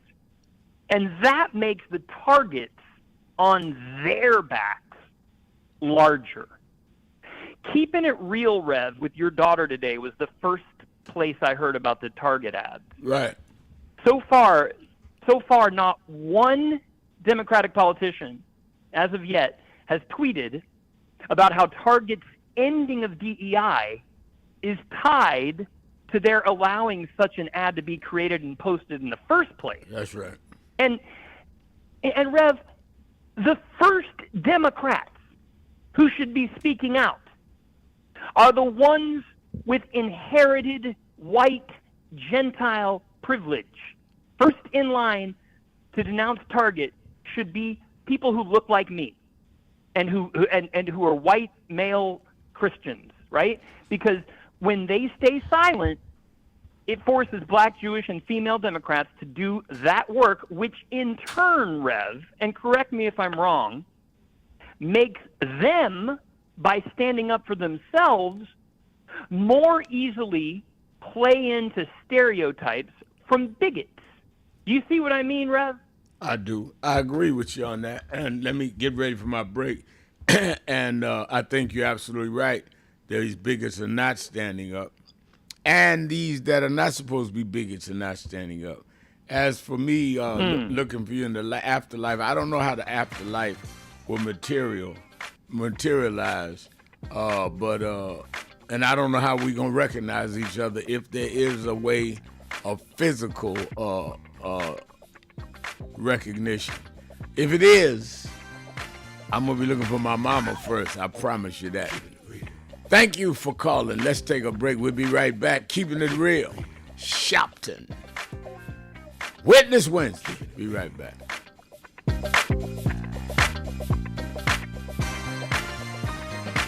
Do you owe back to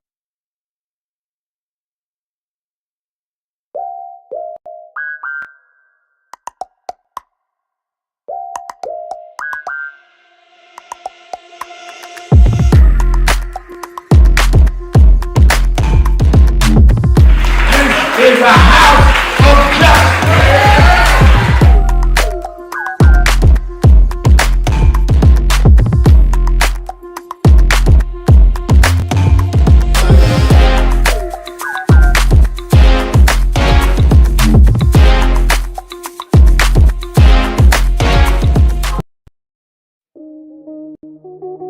It is really a intersection of both emotions, because when I was 11 or 12 years old, so I watched the news a lot and I became enthralled with the image of Adam Clayton Powell. I was around 11 and I convinced my mother to let me come up to this church to see Adam Clayton Powell. And in those days, people in Brooklyn used to say it's dangerous to go to Harlem. And folk in Harlem say it's dangerous to go to Brooklyn. Now, to 135th Street, and I came, sat right back there, and Adam Clayton Powell walked down this platform. And I remember after the church, in those days, Johnson, the pastor's study was right inside with the plexiglass, and I knocked on the door and I told the secretary I wanted to meet Reverend Powell. She looked down this little 11-year-old boy. She said, "Really?" She said, "Who should I say?" I said, "Reverend Al Sharpton." That call means dignity. Means we're gonna walk side by side with you, or through you. We're gonna be with dignity and integrity. We don't want any more than you have, and we're not gonna accept any less than you have. That's my fellow.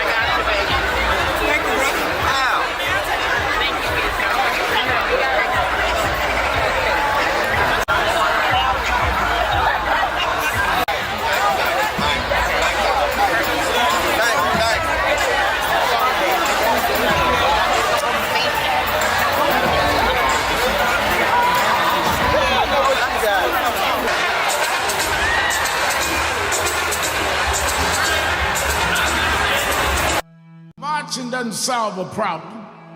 Marching exposes a problem. But if somebody don't expose the problem, then nobody gonna solve a problem that you haven't forced them to deal with.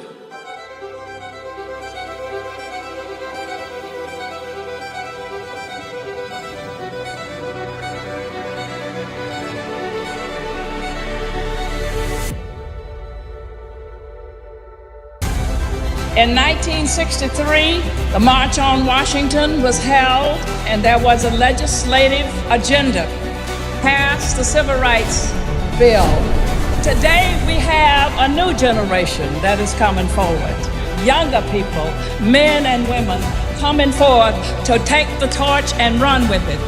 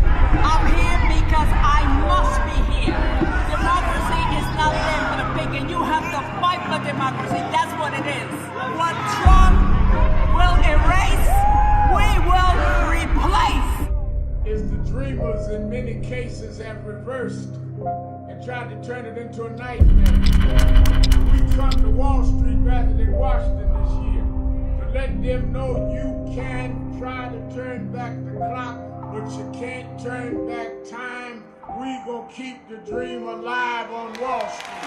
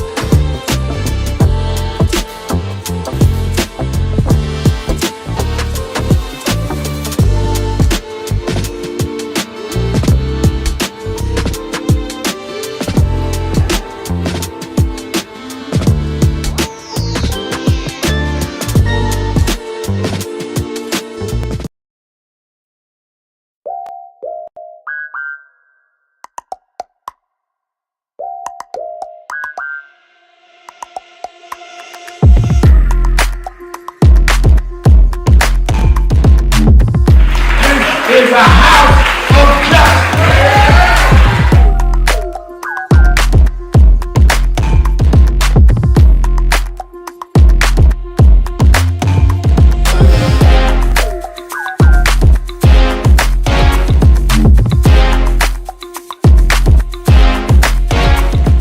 Hey, Rev, you ready? Yep. Keeping it real. I'm your host, Reverend Al Sharpton, and we're back. 1-877-532-5797. 1-877-532-5797. And you can also go on the message board at www.nationalactionnetwork.net. I love it. James Thomas is on the message board saying, real warriors win elections. We don't need to cheat. Can I get a witness? All right, I love it. And I think that it is important that many of us understand the weight of the hour, and I think it just is just that my position is that many of us, I think, don't understand the moment we're in, and we must have an answer to the moment you are in. And I think that a lot of our bickering and our internal disputes, some understandable, some are not as understandable. I guess it's understandable to the person that raises them. But in this hour, we have had a full court attack on the rights of our community. And that's what this march is about. And the way you feel or I feel about certain situations or certain people, people send me stuff over the board about people that I dealt with 30 years ago. I don't choose to get in an argument that has no relevance to what our people are facing today. Because to win an argument does not it doesn't change anything. And I say to people all the time, I ran to somebody 2 weeks ago who said to me, "Did you ever get straight with so-and-so and so-and-so?" I said, "No, I thought they were wrong. They thought I was wrong. We never reconciled." Fine. Now what? I mean, I think that we've got to be big enough to understand that we can disagree without being disagreeable. I'm not going to attack anybody in public that I have a private dispute with. And anybody that tries to force me to do that is not wise and not being constructive, particularly when they're not in the dispute. And I think that, and it could be ideological, it could be personal, it could be whatever it is. But don't try to force something because you got a personal hang up that you don't know what you're forcing. Doesn't mean that somebody's right or wrong. It means that it serves no purpose. And there may be a reason people don't want to go into distractions because they obviously have a lot of information you don't have. Let's go to Raj in Washington, D.C. Raj, you're keeping it real with Al Sharpton. Rob, how are you today, sir? I appreciate you, sir. I appreciate you. I am concerned about the man in the White House, what's on his mind, because, back in the day, I marched in the Carolinas when they used to throw tear gas on us and do everything they can to stop us from marching. And I never forget, this little old lady sit back and said, "Listen, guys, we can't beat this man by this. He got guns, he's big. Already stop him there and don't shop in his stores." And Rob, we've had buses. We left that town and went to the next town and shop. We shut that town down. We shut it down because he need our money. Okay? And I'm concerned he's just going to try to create something saying that we created an issue, which we're not. We march for our rights. But, I just don't want nothing to go wrong with our people, Rob. That's all. Well, I That's think it's wise, thank you for your call, to even put that out there in the atmosphere. We have had marches. We've done the marches on Washington since 2020 and never had, since 2000 with Mrs. King, never had incidents. Believe me, we got security tight for any people that are going to, that would try to start some. I'm sure they have tried before in some of our marches, here and there, but don't even throw that out there because that's not helpful. Thank you for your call, Raj. And any march, you're going to get provocateurs. We marched last year on Wall Street. A guy was raising sand and calling us names and Mandani names. The whole march, we just ignored him. Don't feed into that. And I think that it was absolutely the right thing to do. And, I get very, very, I'll say it, suspicious of people that just major in negativism, look to find a problem. I'm not saying Rogers doing that. Rogers, just forewarning, and I understand that, and I appreciate it. But others that just keep hammering at negatives, like they're going to just make us fight each other, rather than keeping their eye on the goal. And you would think that the older people would have the wisdom to say, whatever happens and whatever way I believe, it may not be their belief, but we're all in trouble. You would think that the elders would understand that, or that whatever may have happened back in the day, I wasn't in the rooms, I don't know. You would think the elders would understand that. The fact that they don't and keep trying to rub or saw is at best unwise, and at worst could be some cynicism that's unjustified. But I choose to keep my eye on the prize.